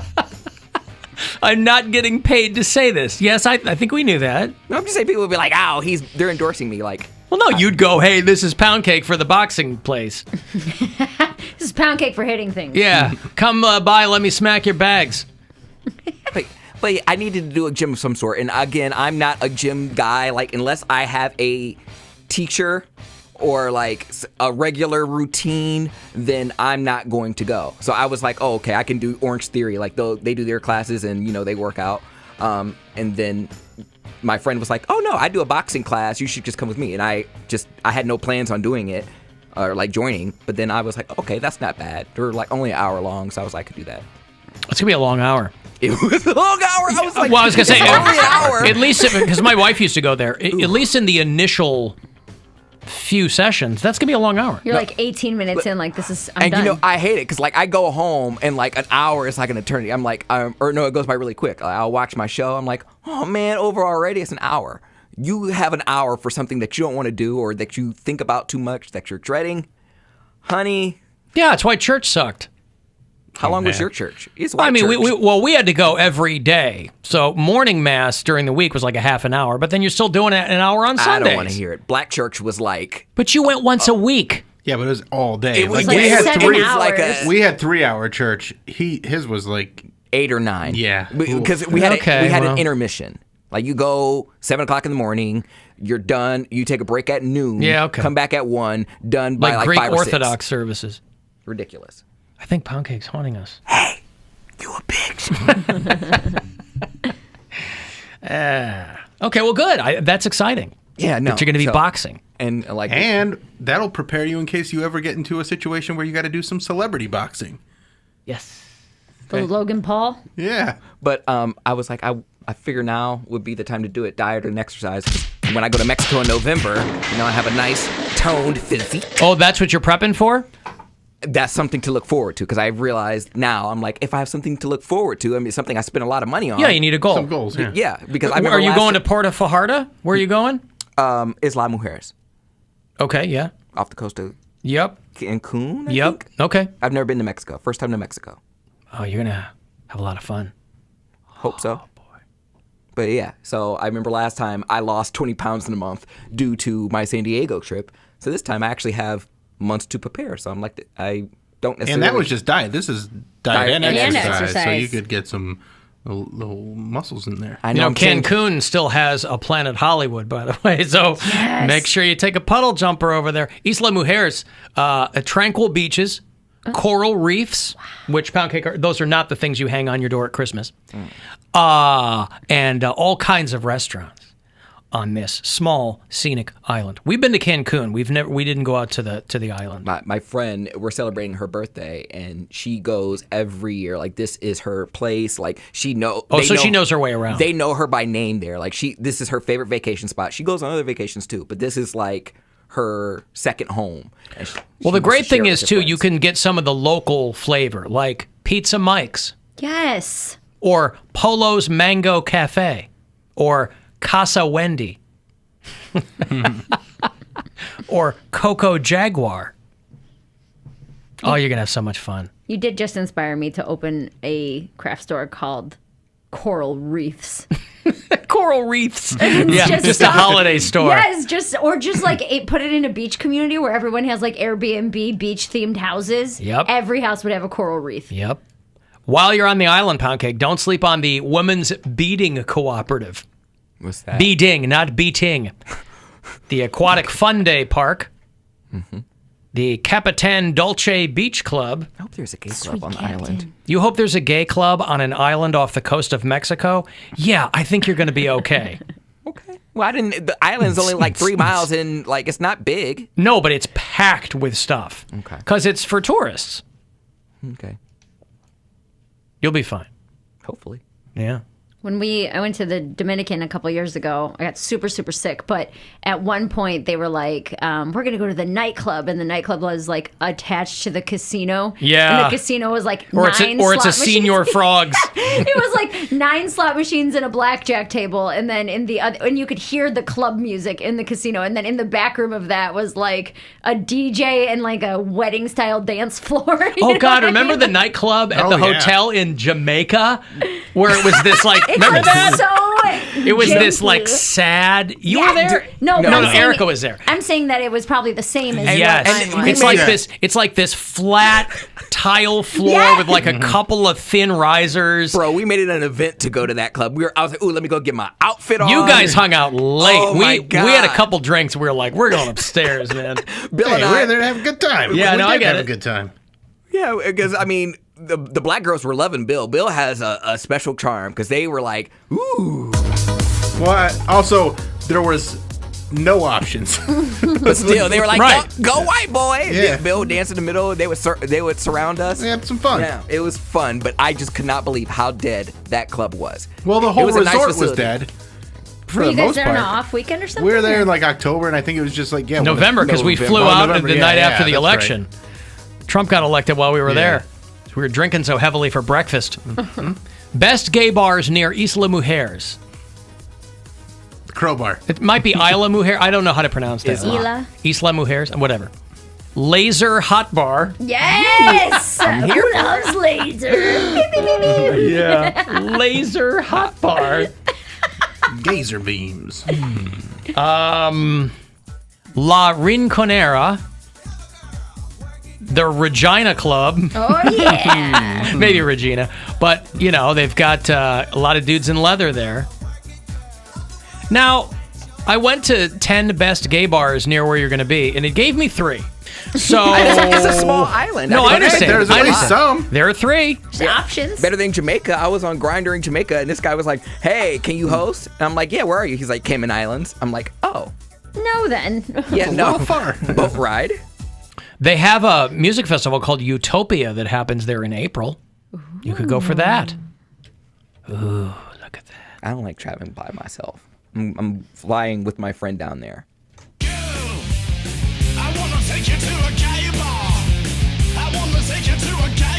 You could arrive by private catamaran.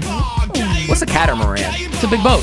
Oh. Like with those 2 skids on it and people in the middle, and you know. You could do yoga. Oh, we'll do lots of You that. could see Diplo. Maybe MC Wettings could get a spot on Utopia. Diplo is at that festival, or he has like a residency there or something? He's at the festival. Oh, okay. Man, you got to be in great shape to do one of these island music festivals in Mexico. Holy Christ! Well, yeah, no, because it's going to be all like 22-year-old shredded people on ecstasy, and yeah. But in the gay community, Cody, isn't it like guys are into bears? Like they want big hairy dudes? They go to their own festival. They have Oh, there's bear festivals? Yes, they do. There's a festival for. And it's not someplace hot. If you are a circus queen, yeah. It's Minnesota in March. They look like they're wearing sweaters. But no, they have. You're right. There is a little bit for everybody, but not at those circuit parties. Those circuit parties are an elite group of gays, perfect teeth, great bodies. That's what I'm saying. Make That's money. A lot of money. That's what these are going to be. Circuit- This Utopia festival lineup. And it's all the same gays too. Like that's why they call it a circuit, because it's just a revolving door of the same gays. Like, oh, you went to B-Hole Fest 2020. Oh, great! We're gonna be We at all went to Behold Fest 2020. we're gonna be at Dong Fest 2021. It's all the same. Like, oh, great! We'll see you there. They just go to different cities each year, huh? Yeah, and they're just a circuit gays. So that's why that's why people call them circuit queens, because they just get passed around. Is that insulting, Bill? Hey, there you go. They do. They just get passed around. I mean, not when they're literally getting passed around. Huh? They all get the same Airbnb, and they all party together and have a big F fest. So Yeah, I'm looking at this Utopia Fest. The most opulent, because they give you all the places you can book and stay there, multiple people in these houses. the most opulent, expensive places, those are all the ones that are sold out. Yeah. Wow. So if you want to slum it, you're going to be staying. You got to settle for like With 20 other dudes. 12. No, they're all full of people. I'm just saying that if you want to slum it, you're going to be staying in the $1,200 a night per person places. Jeez. Everything else is sold out for next April. Good So for it's them. just full of and that's just amazing places and And there's always a group of people. There's always to your point, almost makes Mary, you want to be gay. There's Have so much fun. There's big fat guys, but those are the ones that go to the festival. They're getting all the little circuit queens. That's what I'm saying. They pull up wouldn't on there the be a yacht, place for them? but they're not necessarily welcome. But we need them because they fund everybody. It's so true. They pull up on the yacht. The old fat rich gays? Yeah, they're like, oh my gosh, who has the yacht? And it's like, oh, it's Eugene. And everyone knows Eugene. And he has 12 twinks on his arm. And you're like, ugh. He's yacht guy. If I want to go on the yacht, I have to be nice to Eugene. You probably have to put out. But Eugene falls asleep at 9 p.m. and then you get to bang all the other circuit queens on the you yacht. just get to hang out on the yacht. Yes, that's exactly what happened. So, But yes, Eugene they're has welcome. Eugene has a great day every day. Oh, he loves it. He loves it. There's nothing he loves better. Friday night, I'm putting on my highest heels, my shortest skirt, my best device for concealing my penis, and I got everything I need. I got my body, got my lips, got a pocket full of hawthorns, a pocket full of hawthorns. I got my body, got my lips, got a pocket full of hawthorns, a pocket full of hawthorns. Hawthorns, baby. Yeah. Alan and I stayed in Playa Mujeres and did the day trip to the island. It's awesome.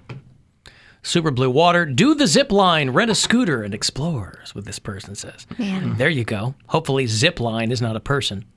I want to be on a beach so bad. That clear water.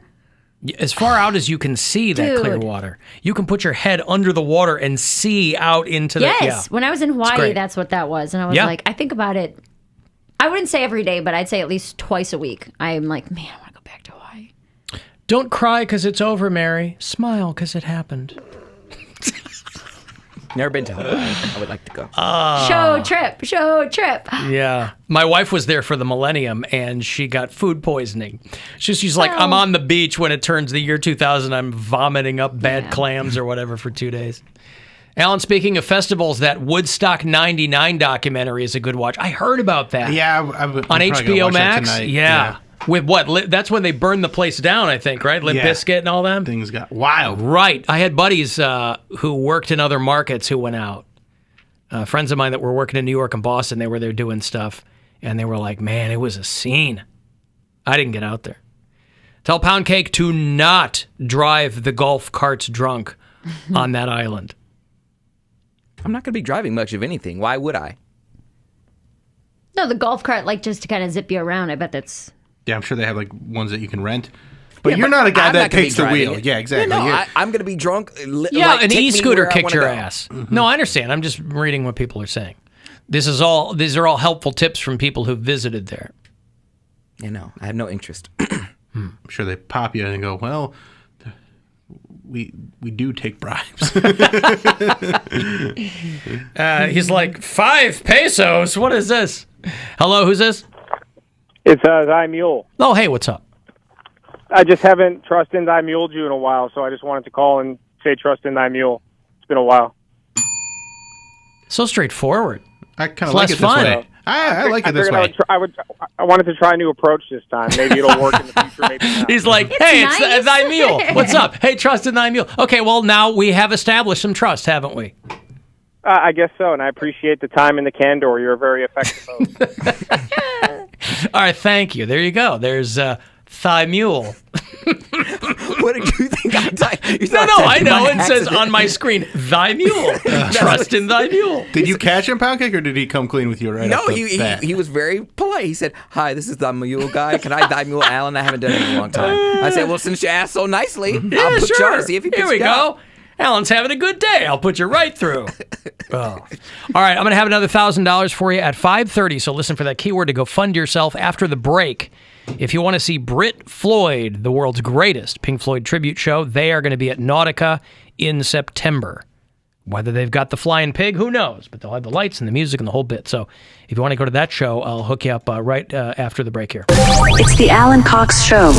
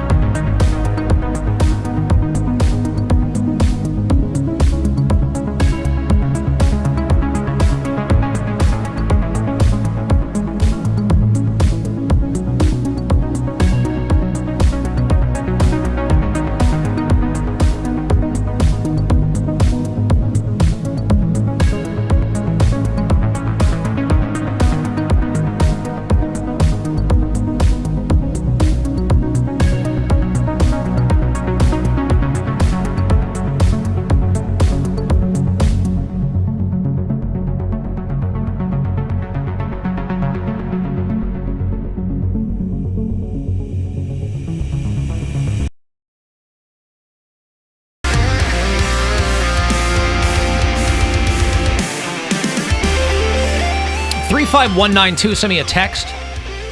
AlanCoxShow.com. You can watch live there. If you listen anywhere throughout North America on the iHeartRadio app, tell me where you do that. And tell me when it was working for you, because I always like to know that too. Beth is a new listener in Scottsdale, Arizona. RJ listens in Philly. Kyle is a bureau chief in Grinnell, Iowa. Kenny is in Sherman Oaks, California. Taylor is in Rexburg, Idaho. And Gina is in Cordova, Cebu in the Philippines. Cebu. Cordova, Cebu? Yeah. In the Philippines.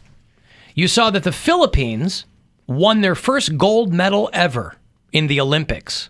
Powerlifting, right? Powerlifting. Women's powerlifting.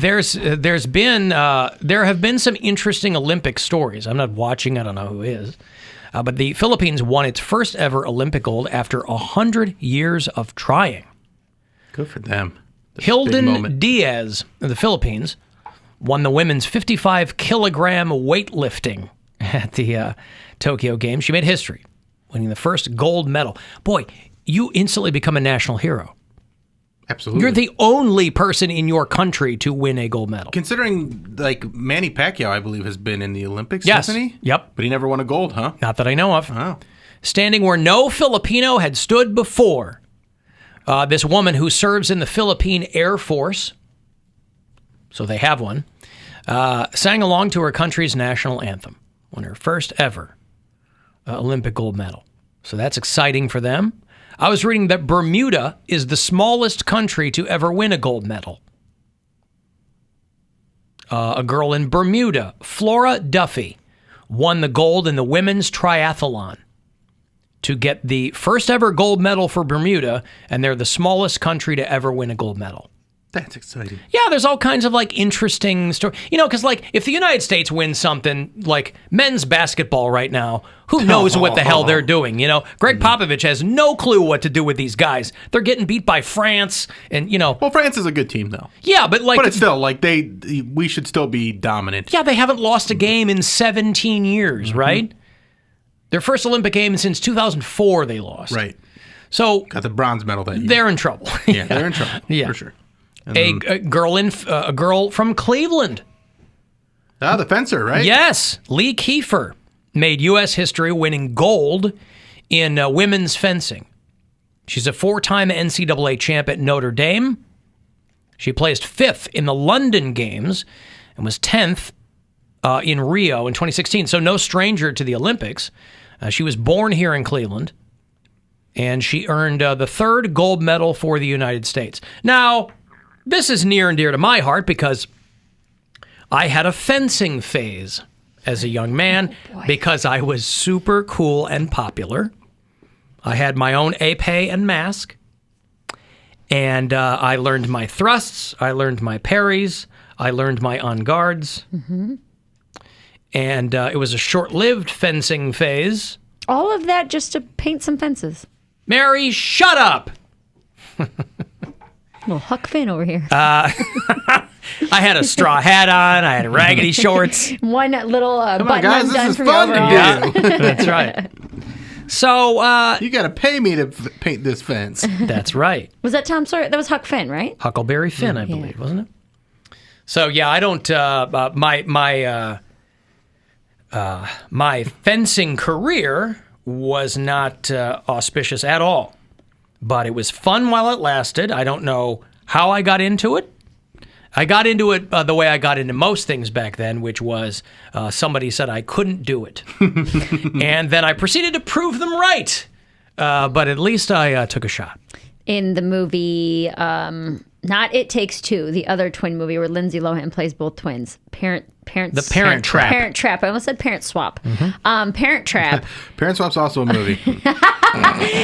Parent Trap. She's fencing her twin at summer camp, and it isn't until they both take their helmet off that they're like, what? They're masked. But they're evenly matched. Right. That's right. And I did want a fence after that. So I would run around poking my sister with things, saying like, on guard. On guard. Because I was young and was like, well, the twins did it. Sure. But I think that it's perceived as a hoity-toity sport, too. Now, were you upset when you found out there was just one Lindsay Lohan? I didn't know that for like 5 years after that. My kids just found out that that Dr. Evil and Austin Powers are the same guy. Really? And all the other characters too? Yeah. Fat bastard. I don't know if Yeah. I could say it. Fat bastard? I didn't know if bastard was okay. Bastard's okay. Sometimes there's kooky ones. It just means a motherless child, right? Yeah. No, Fat bastard. Or a fatherless child? What's a bastard? Child born out of wedlock. Out of wedlock. Yes. Yeah. Alex Morgan on the women's U.S. soccer team took some heat because they scored against England, and she pretended to sip tea. That was the meme that was going around. Oh. Is to stick it to the English, pretended to sip tea like they do in England. And that got people upset. Well, the best comment I saw, people get very, this is going to sound silly, people get very competitive at the Olympics. Do they? Well, countries who never cared about this stuff before, because there's a lot of nationalist pride, especially, and again, I'm the first one to go, who gives a rat's ass about the Olympics? But that's because I'm coming at it from the perspective of an American. If you're one of these countries like the Democratic Republic of the Congo, that's like your time on a world stage. Right. Something, so, and that's most of the countries around the world. Most of the countries around the world, believe it or not, are not us. They're not going viral for Right. Shootings and. Well, that was my favorite comment, is the photo of this girl pretending to sip tea. And somebody commented, I'm English, and I thought that was funny. People need to chill out. It's what we're known for. It's like if the English pretended to eat a Big Mac or shoot up a school. Right. Yeah. What you guys are known for, it would have been, there you go. So a lot of fascinating Olympic stories. I tried to watch some of the highlights. They have this Snoop Dogg and Kevin Hart show that's supposed to be like Olympic highlights. I'm like, great. It's like half an hour long. It will catch me up on what's going on with the Olympics. And I watched probably 10 minutes of it. They're like doing interviews with Al Michaels. Like they never got to it. They're like treating it like a sketch show. And I'm like, I just wanted you guys to stand in front of a screen and go, here's what happened in swimming. Here's what happened this. Like, you want it to be like Talk Soup. I just wanted to see highlights. I wanted it to be more like Sports Center than anything. I see. I don't need Snoop Dogg and Kevin Hart like doing X's and O's. Well, they're not even doing that. They're like, I didn't even get to a single highlight because it was all this exposition about how do you even do something like this. So Kevin Hart's interviewing Al Michael to find out how he's supposed to talk about sports. It's like, you read the script, that's how. Teleprompter. Right. Yeah. They're giving you constant, nonstop information about people from countries you've never heard of before. And you have to Lativa. synthesize that. Right. Here's a gymnast from Lativa. There is one picture that I saw of, I can't remember which team, but she's like a volleyball player. And she's just launched in the air. Like, it looks like she is 8 feet in the air. And that was just a cool picture. So Sure. I appreciate moments like that from the Olympics. But it's really hard to get into it this year because it's all happening in the middle of the night. Mm-hmm. And during COVID. Yeah. There's no crowds. I don't care so much about the crowds. Well, but like, I think that's a like, huge I like, part of I like like turning on and seeing like an event, but I also am not that invested that I'm going to be like, oh, I got to see this 400 butterfly relay at 3 a.m. Nope.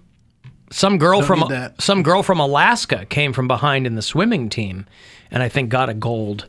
Cool. It was a kind of a surprise twist that she came from behind and won. I got $1,000 for it to win. It's a chance for you to go fund yourself. It's the last week to do it. So make good use of these keywords whenever you hear them, and good luck. The Buzzard wants you to go fund yourself and score $1,000 now. Text the nationwide keyword dollar to 200-200. You'll get a confirmation text and info. Standard data and message rates apply in this nationwide contest. That's dollar to 200-200. Good luck and go fund yourself. From 100.7 WMMS. One more thing from the Olympics, and then I'll move on. A South Korean network that was covering the Olympics is apologizing profusely for the photos that they used to represent countries around the world. Oh, no. Oh, no. Don't go with the first result. MBC is calling... They're apologizing for their inappropriate choices to accompany the entrance of athletes around the world.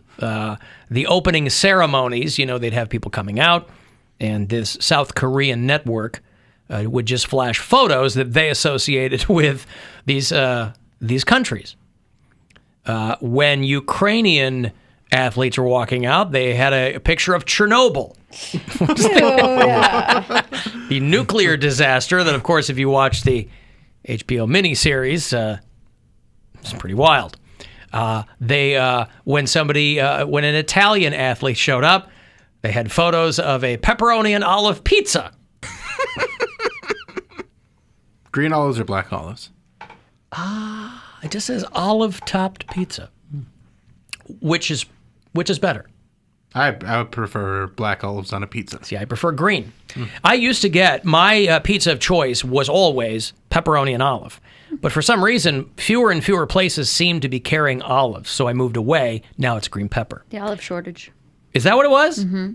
Well, because, black are canned, green are jarred. Mm-hmm. So it's because they don't want the light to scare the black olives. And so I think that's why they do it. So this South Korean network is apologizing for this. For Norway, they just showed a piece of salmon. What? This sounds like they had an intern. They go, get that. You got to find us some photos we can throw up there.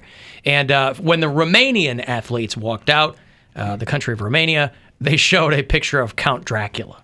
So, I do like that trend, though. Yep. The depictions, they said that it was even more negative for some countries because in addition to the photos, they would have captions.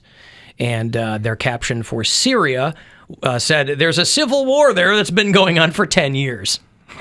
None of it's wrong. Correct, but it's not exactly, it's not inspirational either.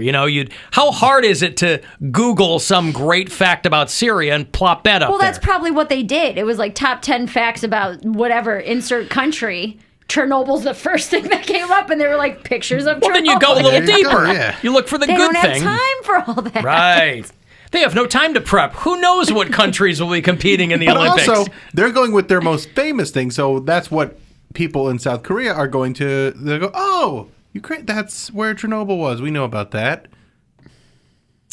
The country of Haiti, they had a photo of protesters in front of a fire, and the caption said, the political situation is fogged by the assassination of their president. Oh, boy. So the South Korean network. What they post up for us? Do we get one? Don't know about that. Columbine? 9/11, maybe? Yeah, right. I mean, if you're going with the trend. I mean, if they're going to go a little more recent, the Capitol riots would be the way to go, right? Yeah. Mm-hmm. This isn't their first foray into apologizing. During the 2008 Olympics, the opening ceremony descriptions labeled the Cayman Islands as infamous for tax evasion. And they're not wrong. Again, not this wrong. Is what I'm saying. None of it's wrong. Switzerland, cheese. I didn't even know the Cayman Islands had athletes that were showing up at the Olympics. This is how little I know. That's great. And they refer to the country of Chad as the dead heart of Africa. They're trolling. They've got to be trolling. No, I think there's probably some lost in translation, or they're just talking to South Koreans. You know, these countries where everyone there is the same, everyone in Korea is Korean. Mm-hmm. So, but I would just imagine you're over there and you've worked so hard to get to the Olympics in any year. Some of these people, they compete in multiple years. So you're like, oh, you know what? It was tough. I finally made it to the Olympics. I'm here to represent my country. I'm a proud Romanian. And there's Count Dracula. Now, Count Chocula would have been even better, quite frankly. That's when you know they're trolling. He's American. Count Chocula is American? Yes. Bite your tongue. Then why does he have that accent? Because he's faking it. Yeah, he's appropriating their culture. Oh, Romanian culture? Mm-hmm. Oh. He's handed out diabetes left and right. Oh, man. So, you might have just blown my mind. So, Count Chocula is American? Yeah, dude, he was born in Iowa. What about Frankenberry? Also American. What about Booberry? By the way, Booberry, our singular proof of the afterlife thus far. Go. He's otherworldly. He's just from everywhere. Yeah. Frankenberry is from Frankenmuth.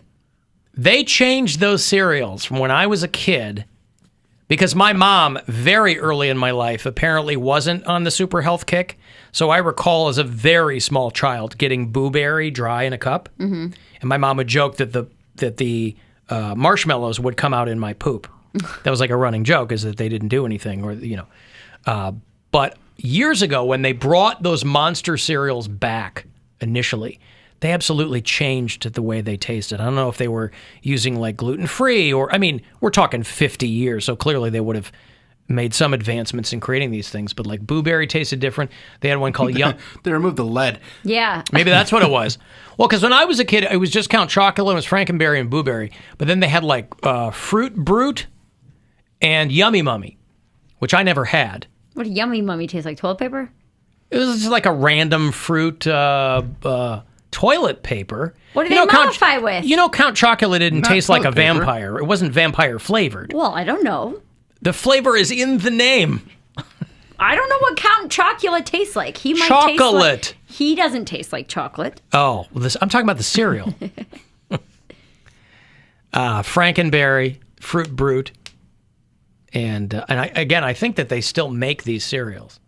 I haven't seen them for a long, long time. For a couple weeks at the boxing gym, that's going to be Poundcake. The old Fruit Brute. Okay. Oh. You know, I'm only on my second class, and the girl that I go with, she's not a pro, but she's really good at it. And sometimes she just looks over, and I'm just like flailing my arms. She's like, "Bitch, what are you doing?" I'm like, "Don't you judge me. Like, I'm coming here, I'm burning the calories. Let me hit the bag the way I would need to hit the bag." And Well, and by the way, it's their job to train you. I understand that, Because you but- will be flailing around. But it was my second class, and they Yeah, had. I understand. Yeah, you'll get there. Now, do you use your real voice at the boxing gym? I don't say anything. I pitch Poundcake's voice up for the show. A lot of people don't know that. The key is to try and play it cool, but sometimes you don't even have that option because they have these things called non-disclosure agreements. That's his real voice. I was wondering if that was the one that you use at the boxing gym. What's up, man? I'm just here. You know. I'm just over here flailing. Hit the bag, bro. Yeah. Flailing. That's right. Flailing over here. Yeah, I need some water, man. Anybody see where I put my gloves? My gloves? My gloves, Yep. man. Do you have to buy your own gloves for it? You can, or you can borrow them. Okay. Have everything there. Yeah. My truck, my beer, my gloves. Punch it again. Punch it again. This guy is not part of the Olympics, but I love this story. If you are a football fan, and I mean football in the global sense, not in the American sense, Wayne Rooney is a guy who was a former player. Now he manages a soccer team. He used to play for Manchester United. So some photos have gotten, and this isn't the first time he's gotten in trouble, but there's some photos that went viral of him having a wild night over the weekend with some young girls. They photographed him passed out drunk. This is a married guy with 4 kids. He's in his mid-30s, but he's gone through some of this stuff again. He consistently says, I got set up. There's photos of him drinking and partying with these people. Of course, they're going to take photos of him. One of them, he's sitting there passed out. My favorite one, though, is a girl posted on Twitter farting in his face. I guess this girl walks Not over cool, to him, but, oh. bends over his face. Now, some people are saying it's fake and that they've doctored the audio. I'm going to go with who knows. Believe in the farts. The video is the girl walking over and farting on this football manager who is passed out.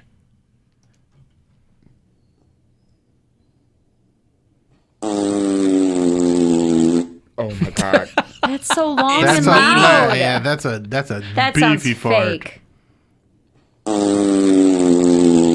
I mean, at the very least, you would think it would wake him up. You think also that there'd be other sound going on.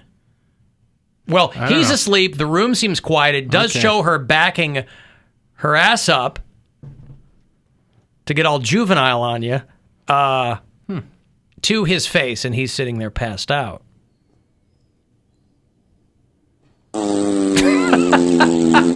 I would like to meet this girl because, boy. That's a powerful fart. Yes, after you've been holding on to that one for a minute. He's going to wake up with a sty. Oi, what happened, man? Are you Wayne Rooney? Yes, it looks like you got into a fight. All right, I got a break. Again, if you want to get a text, 35192, AlanCoxShow.com, if you want to watch live or hit us up otherwise. And you can listen anywhere in the iHeartRadio app. The Alan Cox Show.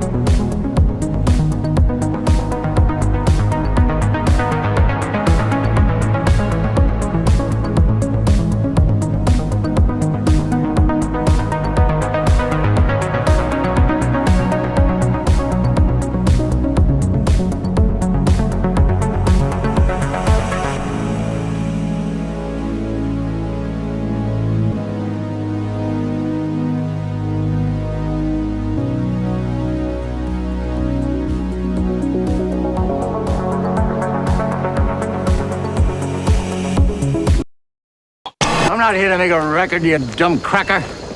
They broadcast me out on the radio. Call the Alan Cox Show. 216-578-1007 or 1-800-348-1007.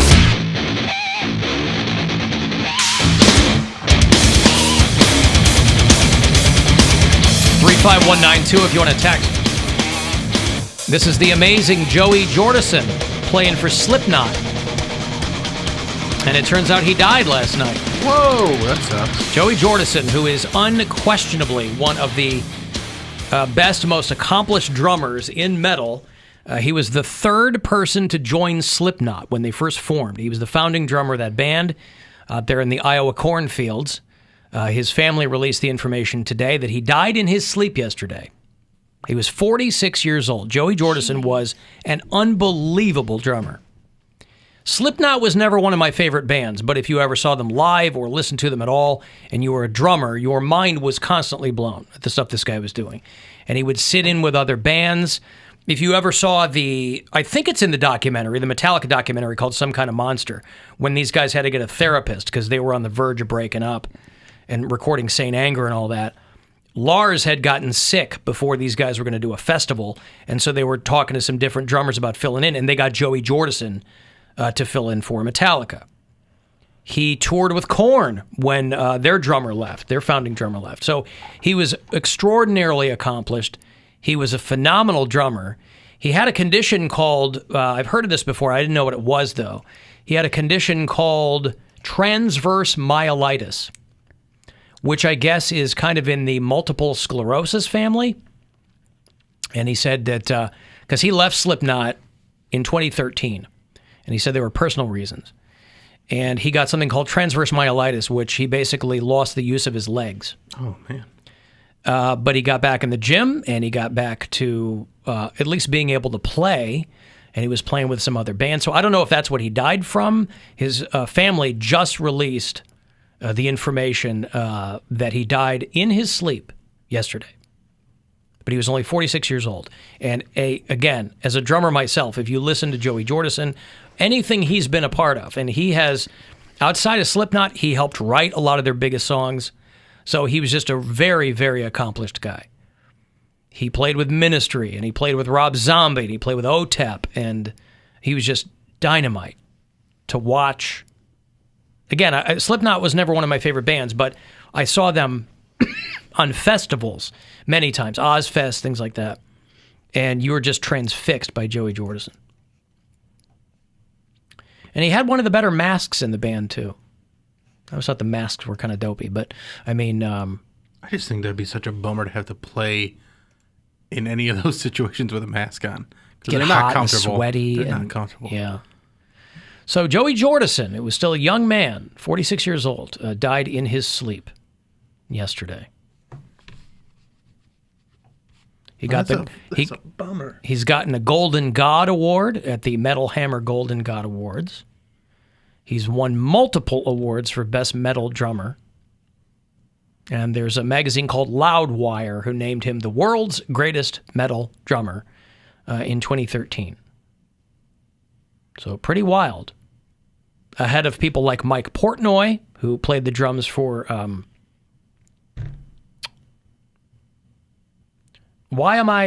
Dream Theater. I was drawing a complete blank on Dream Theater. That's not what I was going to be like. Dream Theater. That makes sense, though, because they're so prog. Yes. Right. So that's a real bummer. Sorry to hear that.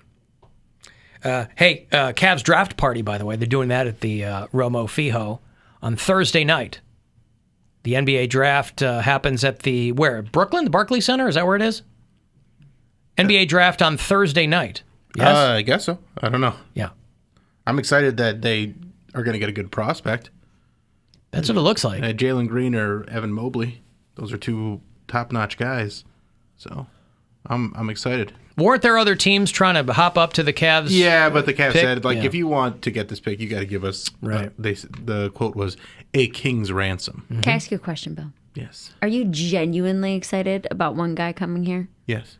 Like you think it'll change something? But especially since all these other That's guys how on the basketball team works. now, right, are Yeah. like, oh, I want to be traded. No one's saying that they want to be traded. Well, like Kevin Love wants Jared to be traded. Allen and these guys want to go somewhere. Jared Allen said he wanted to get traded? Yes. He wants to get paid.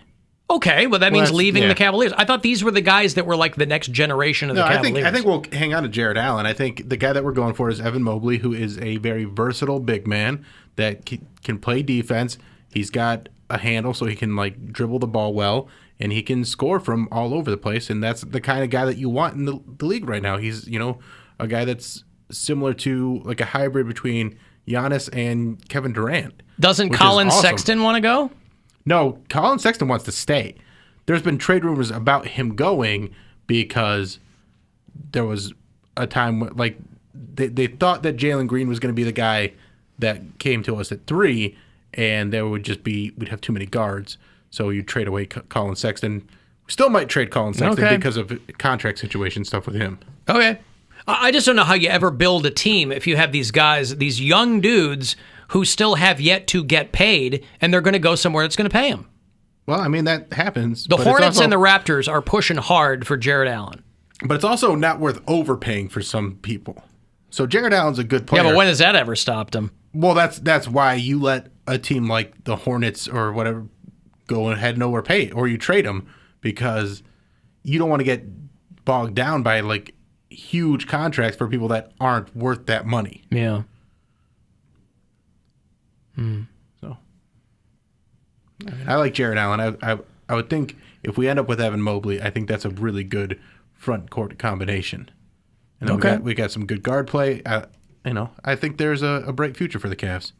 Well, yes, I would get excited for one player, especially like if you have a guy that can turn your franchise around. That's what I guess I don't understand. I mean, so for LeBron, football, well, LeBron is the best to ever do it, so it's different. These guys, well, whatever. Either way, these guys are these the next best guys to ever do it? They're not LeBron level, but they are. I mean, they have a lot of potential, so you get excited about the potential. You can't wait for another LeBron. Yeah, I mean, that's what I mean. So LeBron's a generational talent, but this guy, Evan Mobley, Cade, what's his? I can't remember the number 1 overall guy. Like, they're all very good. Like, if they were in a different draft, the top 3 guys would all probably be number 1 picks. So when you have that kind of depth in a draft, you get excited about it, because it could be somebody with the other pieces that we have that could get us over that hump, and we could actually start winning and maybe make the playoffs again. Okay.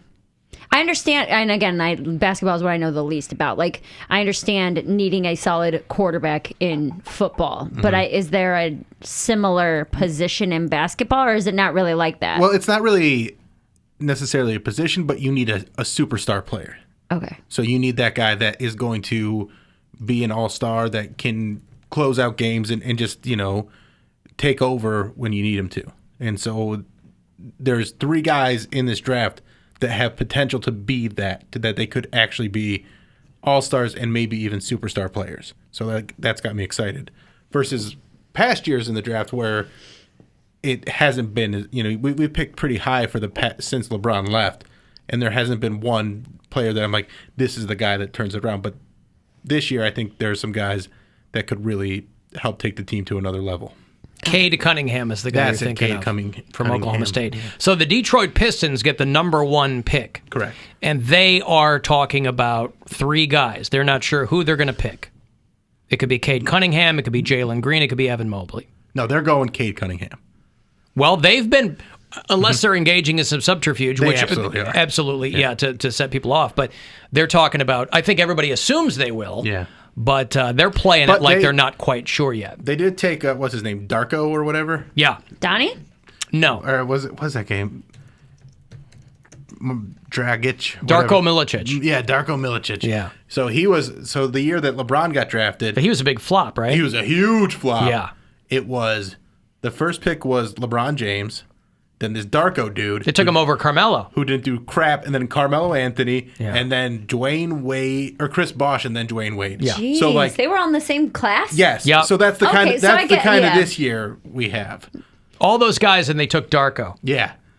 And boy. Who's they? The Detroit Pistons. Detroit Pistons. got it. It was like the biggest whiff.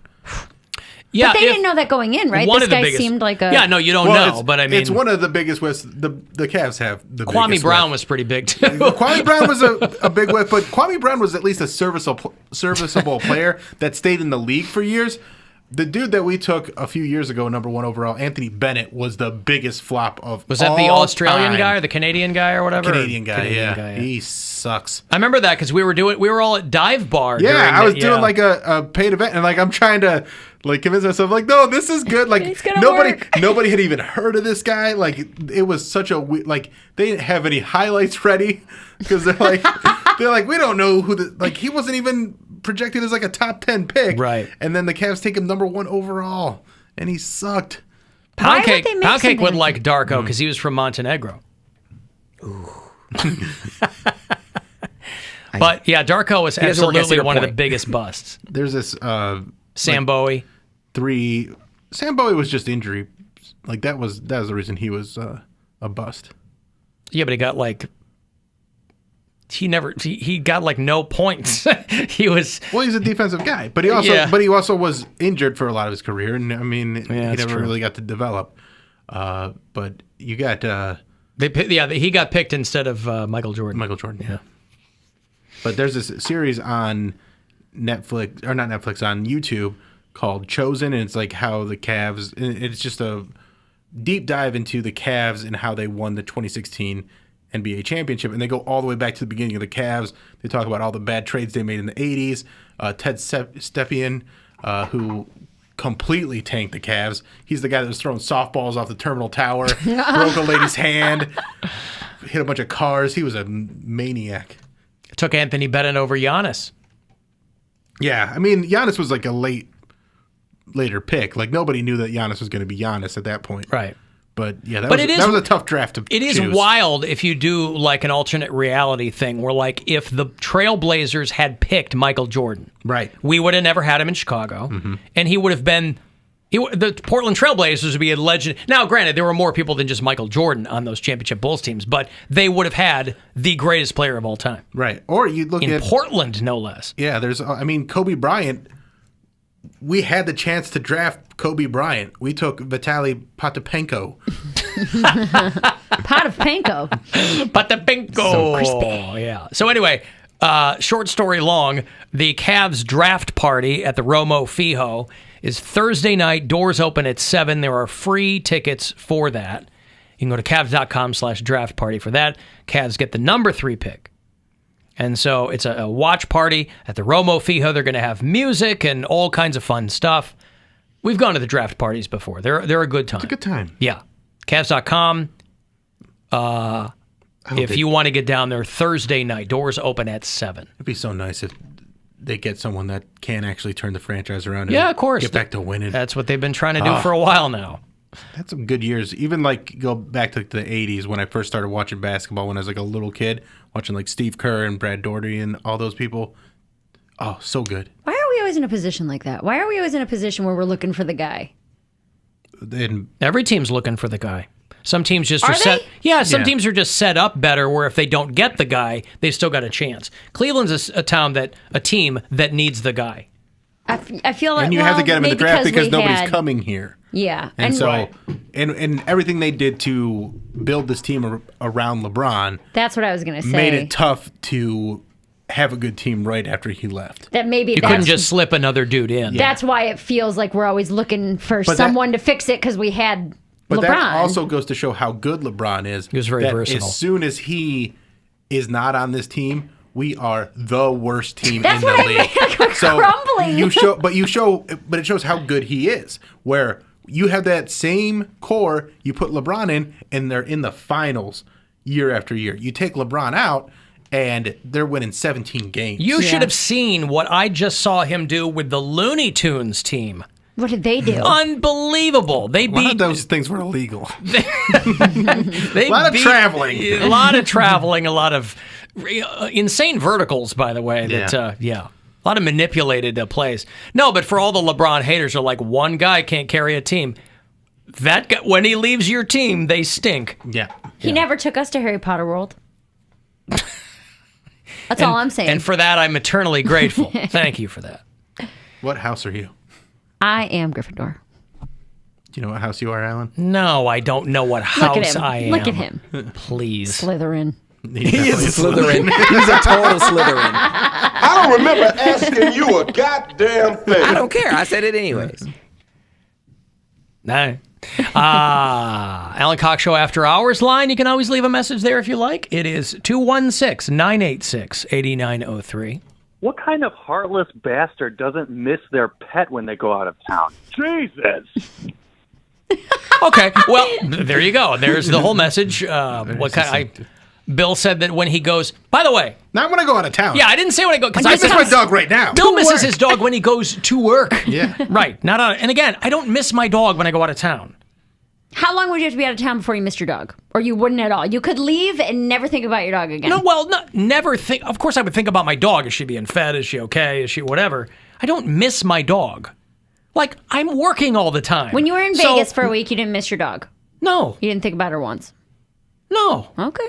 She's being taken care of by mother-in-law or whatever. I'm not asking if her basic needs are met. You weren't like, well, yes, I'd like I want to play her, with the dog now. No. Okay. I want her to stay alive, but I mean, yeah. It's a very different relationship. He's got a dog as a function of making. I don't know why you have a dog. Honestly, I can't figure it out. But I like it wasn't my dog. my idea my to dog get a is dog, my companion. Yeah. Right, So yeah. my dog is my companion. So like when I get home from work, my life is hanging out with my dog, and it's nice. And I like that. And there's nothing wrong with that, but that's still different than I go to work and miss my dog. I miss my dog right now. He misses his I dog. would love her to be just sitting right here being cute, curled up like a little cinnamon bun. Poundcake, what would Miley Cyrus think? I live my dog.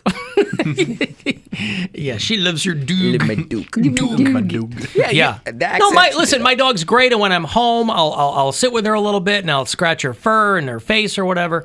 But no, I got a life to lead, man. Like, I'm working. When I go home, if she's jumping on me, that's cool. And if, she sleeps at the foot of the bed, I mean, that's all good too. You just sound like an alien who was trying to impersonate a pet owner. When you're like, I'll scratch her fur and just sit behind me. Every dog I've ever had has been at the behest of my girlfriend or wife. And So that's it's not the like difference. well, It's not your dog. It's not. Yeah. well, it is my dog. I pay for it. I keep the thing alive. Yes, is it's she- my dog. But you're not attached to her like Gwen is. No. So it's Gwen's dog. Okay. But again, the dog that I got with my ex-wife absolutely bonded to me. It was 3 or 4 months before she stopped trying to bite my ex-wife's ankles. She'd like hide under the papasan chair, and anytime my ex-wife came near her, she'd snap at her, and she was a rescue dog. She loved me. Animals and babies love me. Make no mistake. But do I miss my plays dog hard when to get? Well, that too. Not that hard to get. I present very easily. But no, I don't miss my dog when I'm at work. I don't miss my cat when I'm at work. I said it takes more than 4 days. After probably around day 5 of me being on the road, I'll start to miss the dog. Miss my cat. And also, my dog's home alone when I'm here. Your dog is home with Gwen, so True. she's entertained. True. So like that plays into it where I know You that feel when bad. not necessarily bad because all she does is like lay on the couch and just wait for me. So Well, like, she it's has free reign of the apartment. she has free reign of the like living room area. I don't let her in the bedroom or the shoe room when I'm not there. So when I'm gone, she's usually just sitting at home, just laying there waiting for me to get home. But then when I get home, she loses her mind because she, dog time. She's like, it's been so long since I've seen you. I need to, first of all, take a dump and also just give you all the attention, and you need to give me all the attention. So You think that's what you're attached to? Is her reaction when you come home? Is just that? no, because I actually don't overpouring like love? that much. I don't like the overreaction. I like her when she's chilled out. I like when that phase is over. But I Okay. get to like let out some frustration, because I say mean things to her all the time. Like I was singing a song to her the other day about how she'll never be as good as my other dog Nick. So poor just a little weird, dog stupid ego. relationship. But she's cute and She's cuddly. a cute dog. Yeah, cute. No doubt about it. No, I want my dog to be happy and healthy and all that stuff. And tonight's dinner with Grandma, and that's like her favorite night. Oh, I didn't even tell you Who's guys Grandma's this. or the dog's favorite night? It's the dog's. Grandma likes it. Take it or leave it. No, Grandma loves her. Grandma loves her, but Grandma has to love her because otherwise she wouldn't invite her over anymore. Because a couple weeks ago when we were having dinner, I took her out, and usually the routine is I get home, I take the dog out, she'll go pee and poop, and then I bring her upstairs. This time she didn't poop, and I was out there for like 25 minutes just walking her around, no poop. Then we go up to Grandma's, and she's running around like a maniac for another half hour, and we're sitting in just like talking, watching some TV or something, and Grandma gets up, and she's checking something, and she like slips a little bit, and she's like, what's that? And then she sees, she was wearing sandals luckily, but she had, Whoopsie had pooped right under her feet. Oh, and so Grandma she tracked it all over her. Oh, it was so my bad. God. Oh, that's it was the so worst. bad. Oh, She my should God. have punched that dog out the window. No, don't do that. Wow. All right, I've got to take a break. I miss my dog too much. I want to get out of here and get home. If you want to get the last word in, send me a text 35192. Next chance to grab $1,000, by the way, is coming up at 6:30.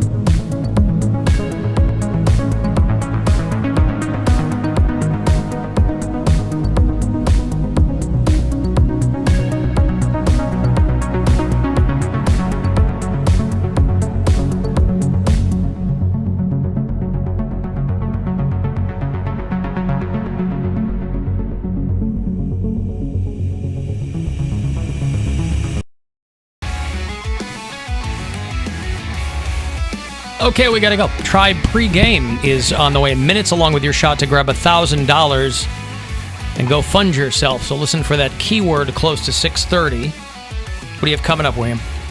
New episode of the Bill Squire Show is available. I have a new album out as well, Bill Squire's Bam Bam. You can get that on iTunes, Apple Music, all the different streaming services. BillSquire.com has links. And then follow me on Twitter and Instagram at Bill Squire. Oh, and then Hilarities all weekend. Ooh. Poundcake? Is it still called Tribe, even though they're the Guardians now? Well, they're not the Guardians yet after this season. Oh, okay. So still the Indians, still the Tribe, and then 2022 season they will undergo the transformation to the Cleveland Guardians. Okay. Well, new Poundcake Sports Break tomorrow, and then I'm just at all the socials at Radio Cody B. Okay, cool. I'm out there at Alan Cox Show. Anything you missed today, it's available to you on the iHeartRadio app. The Weekend Cox, by the way, has its own podcast as well if you're not up early on Sunday mornings to get the best stuff from the week all condensed. And if you want to watch the show, you can. We archive the live stream at our YouTube channel. That's The Alan Cox Show. And you can leave a message for anything on the After Hours line, which is 216-986-8903. And that's it. $1,000 in a couple of minutes here. So listen for that keyword. And then into your Tribe pregame 7:10. It's a 1-2 downtown against St. Louis.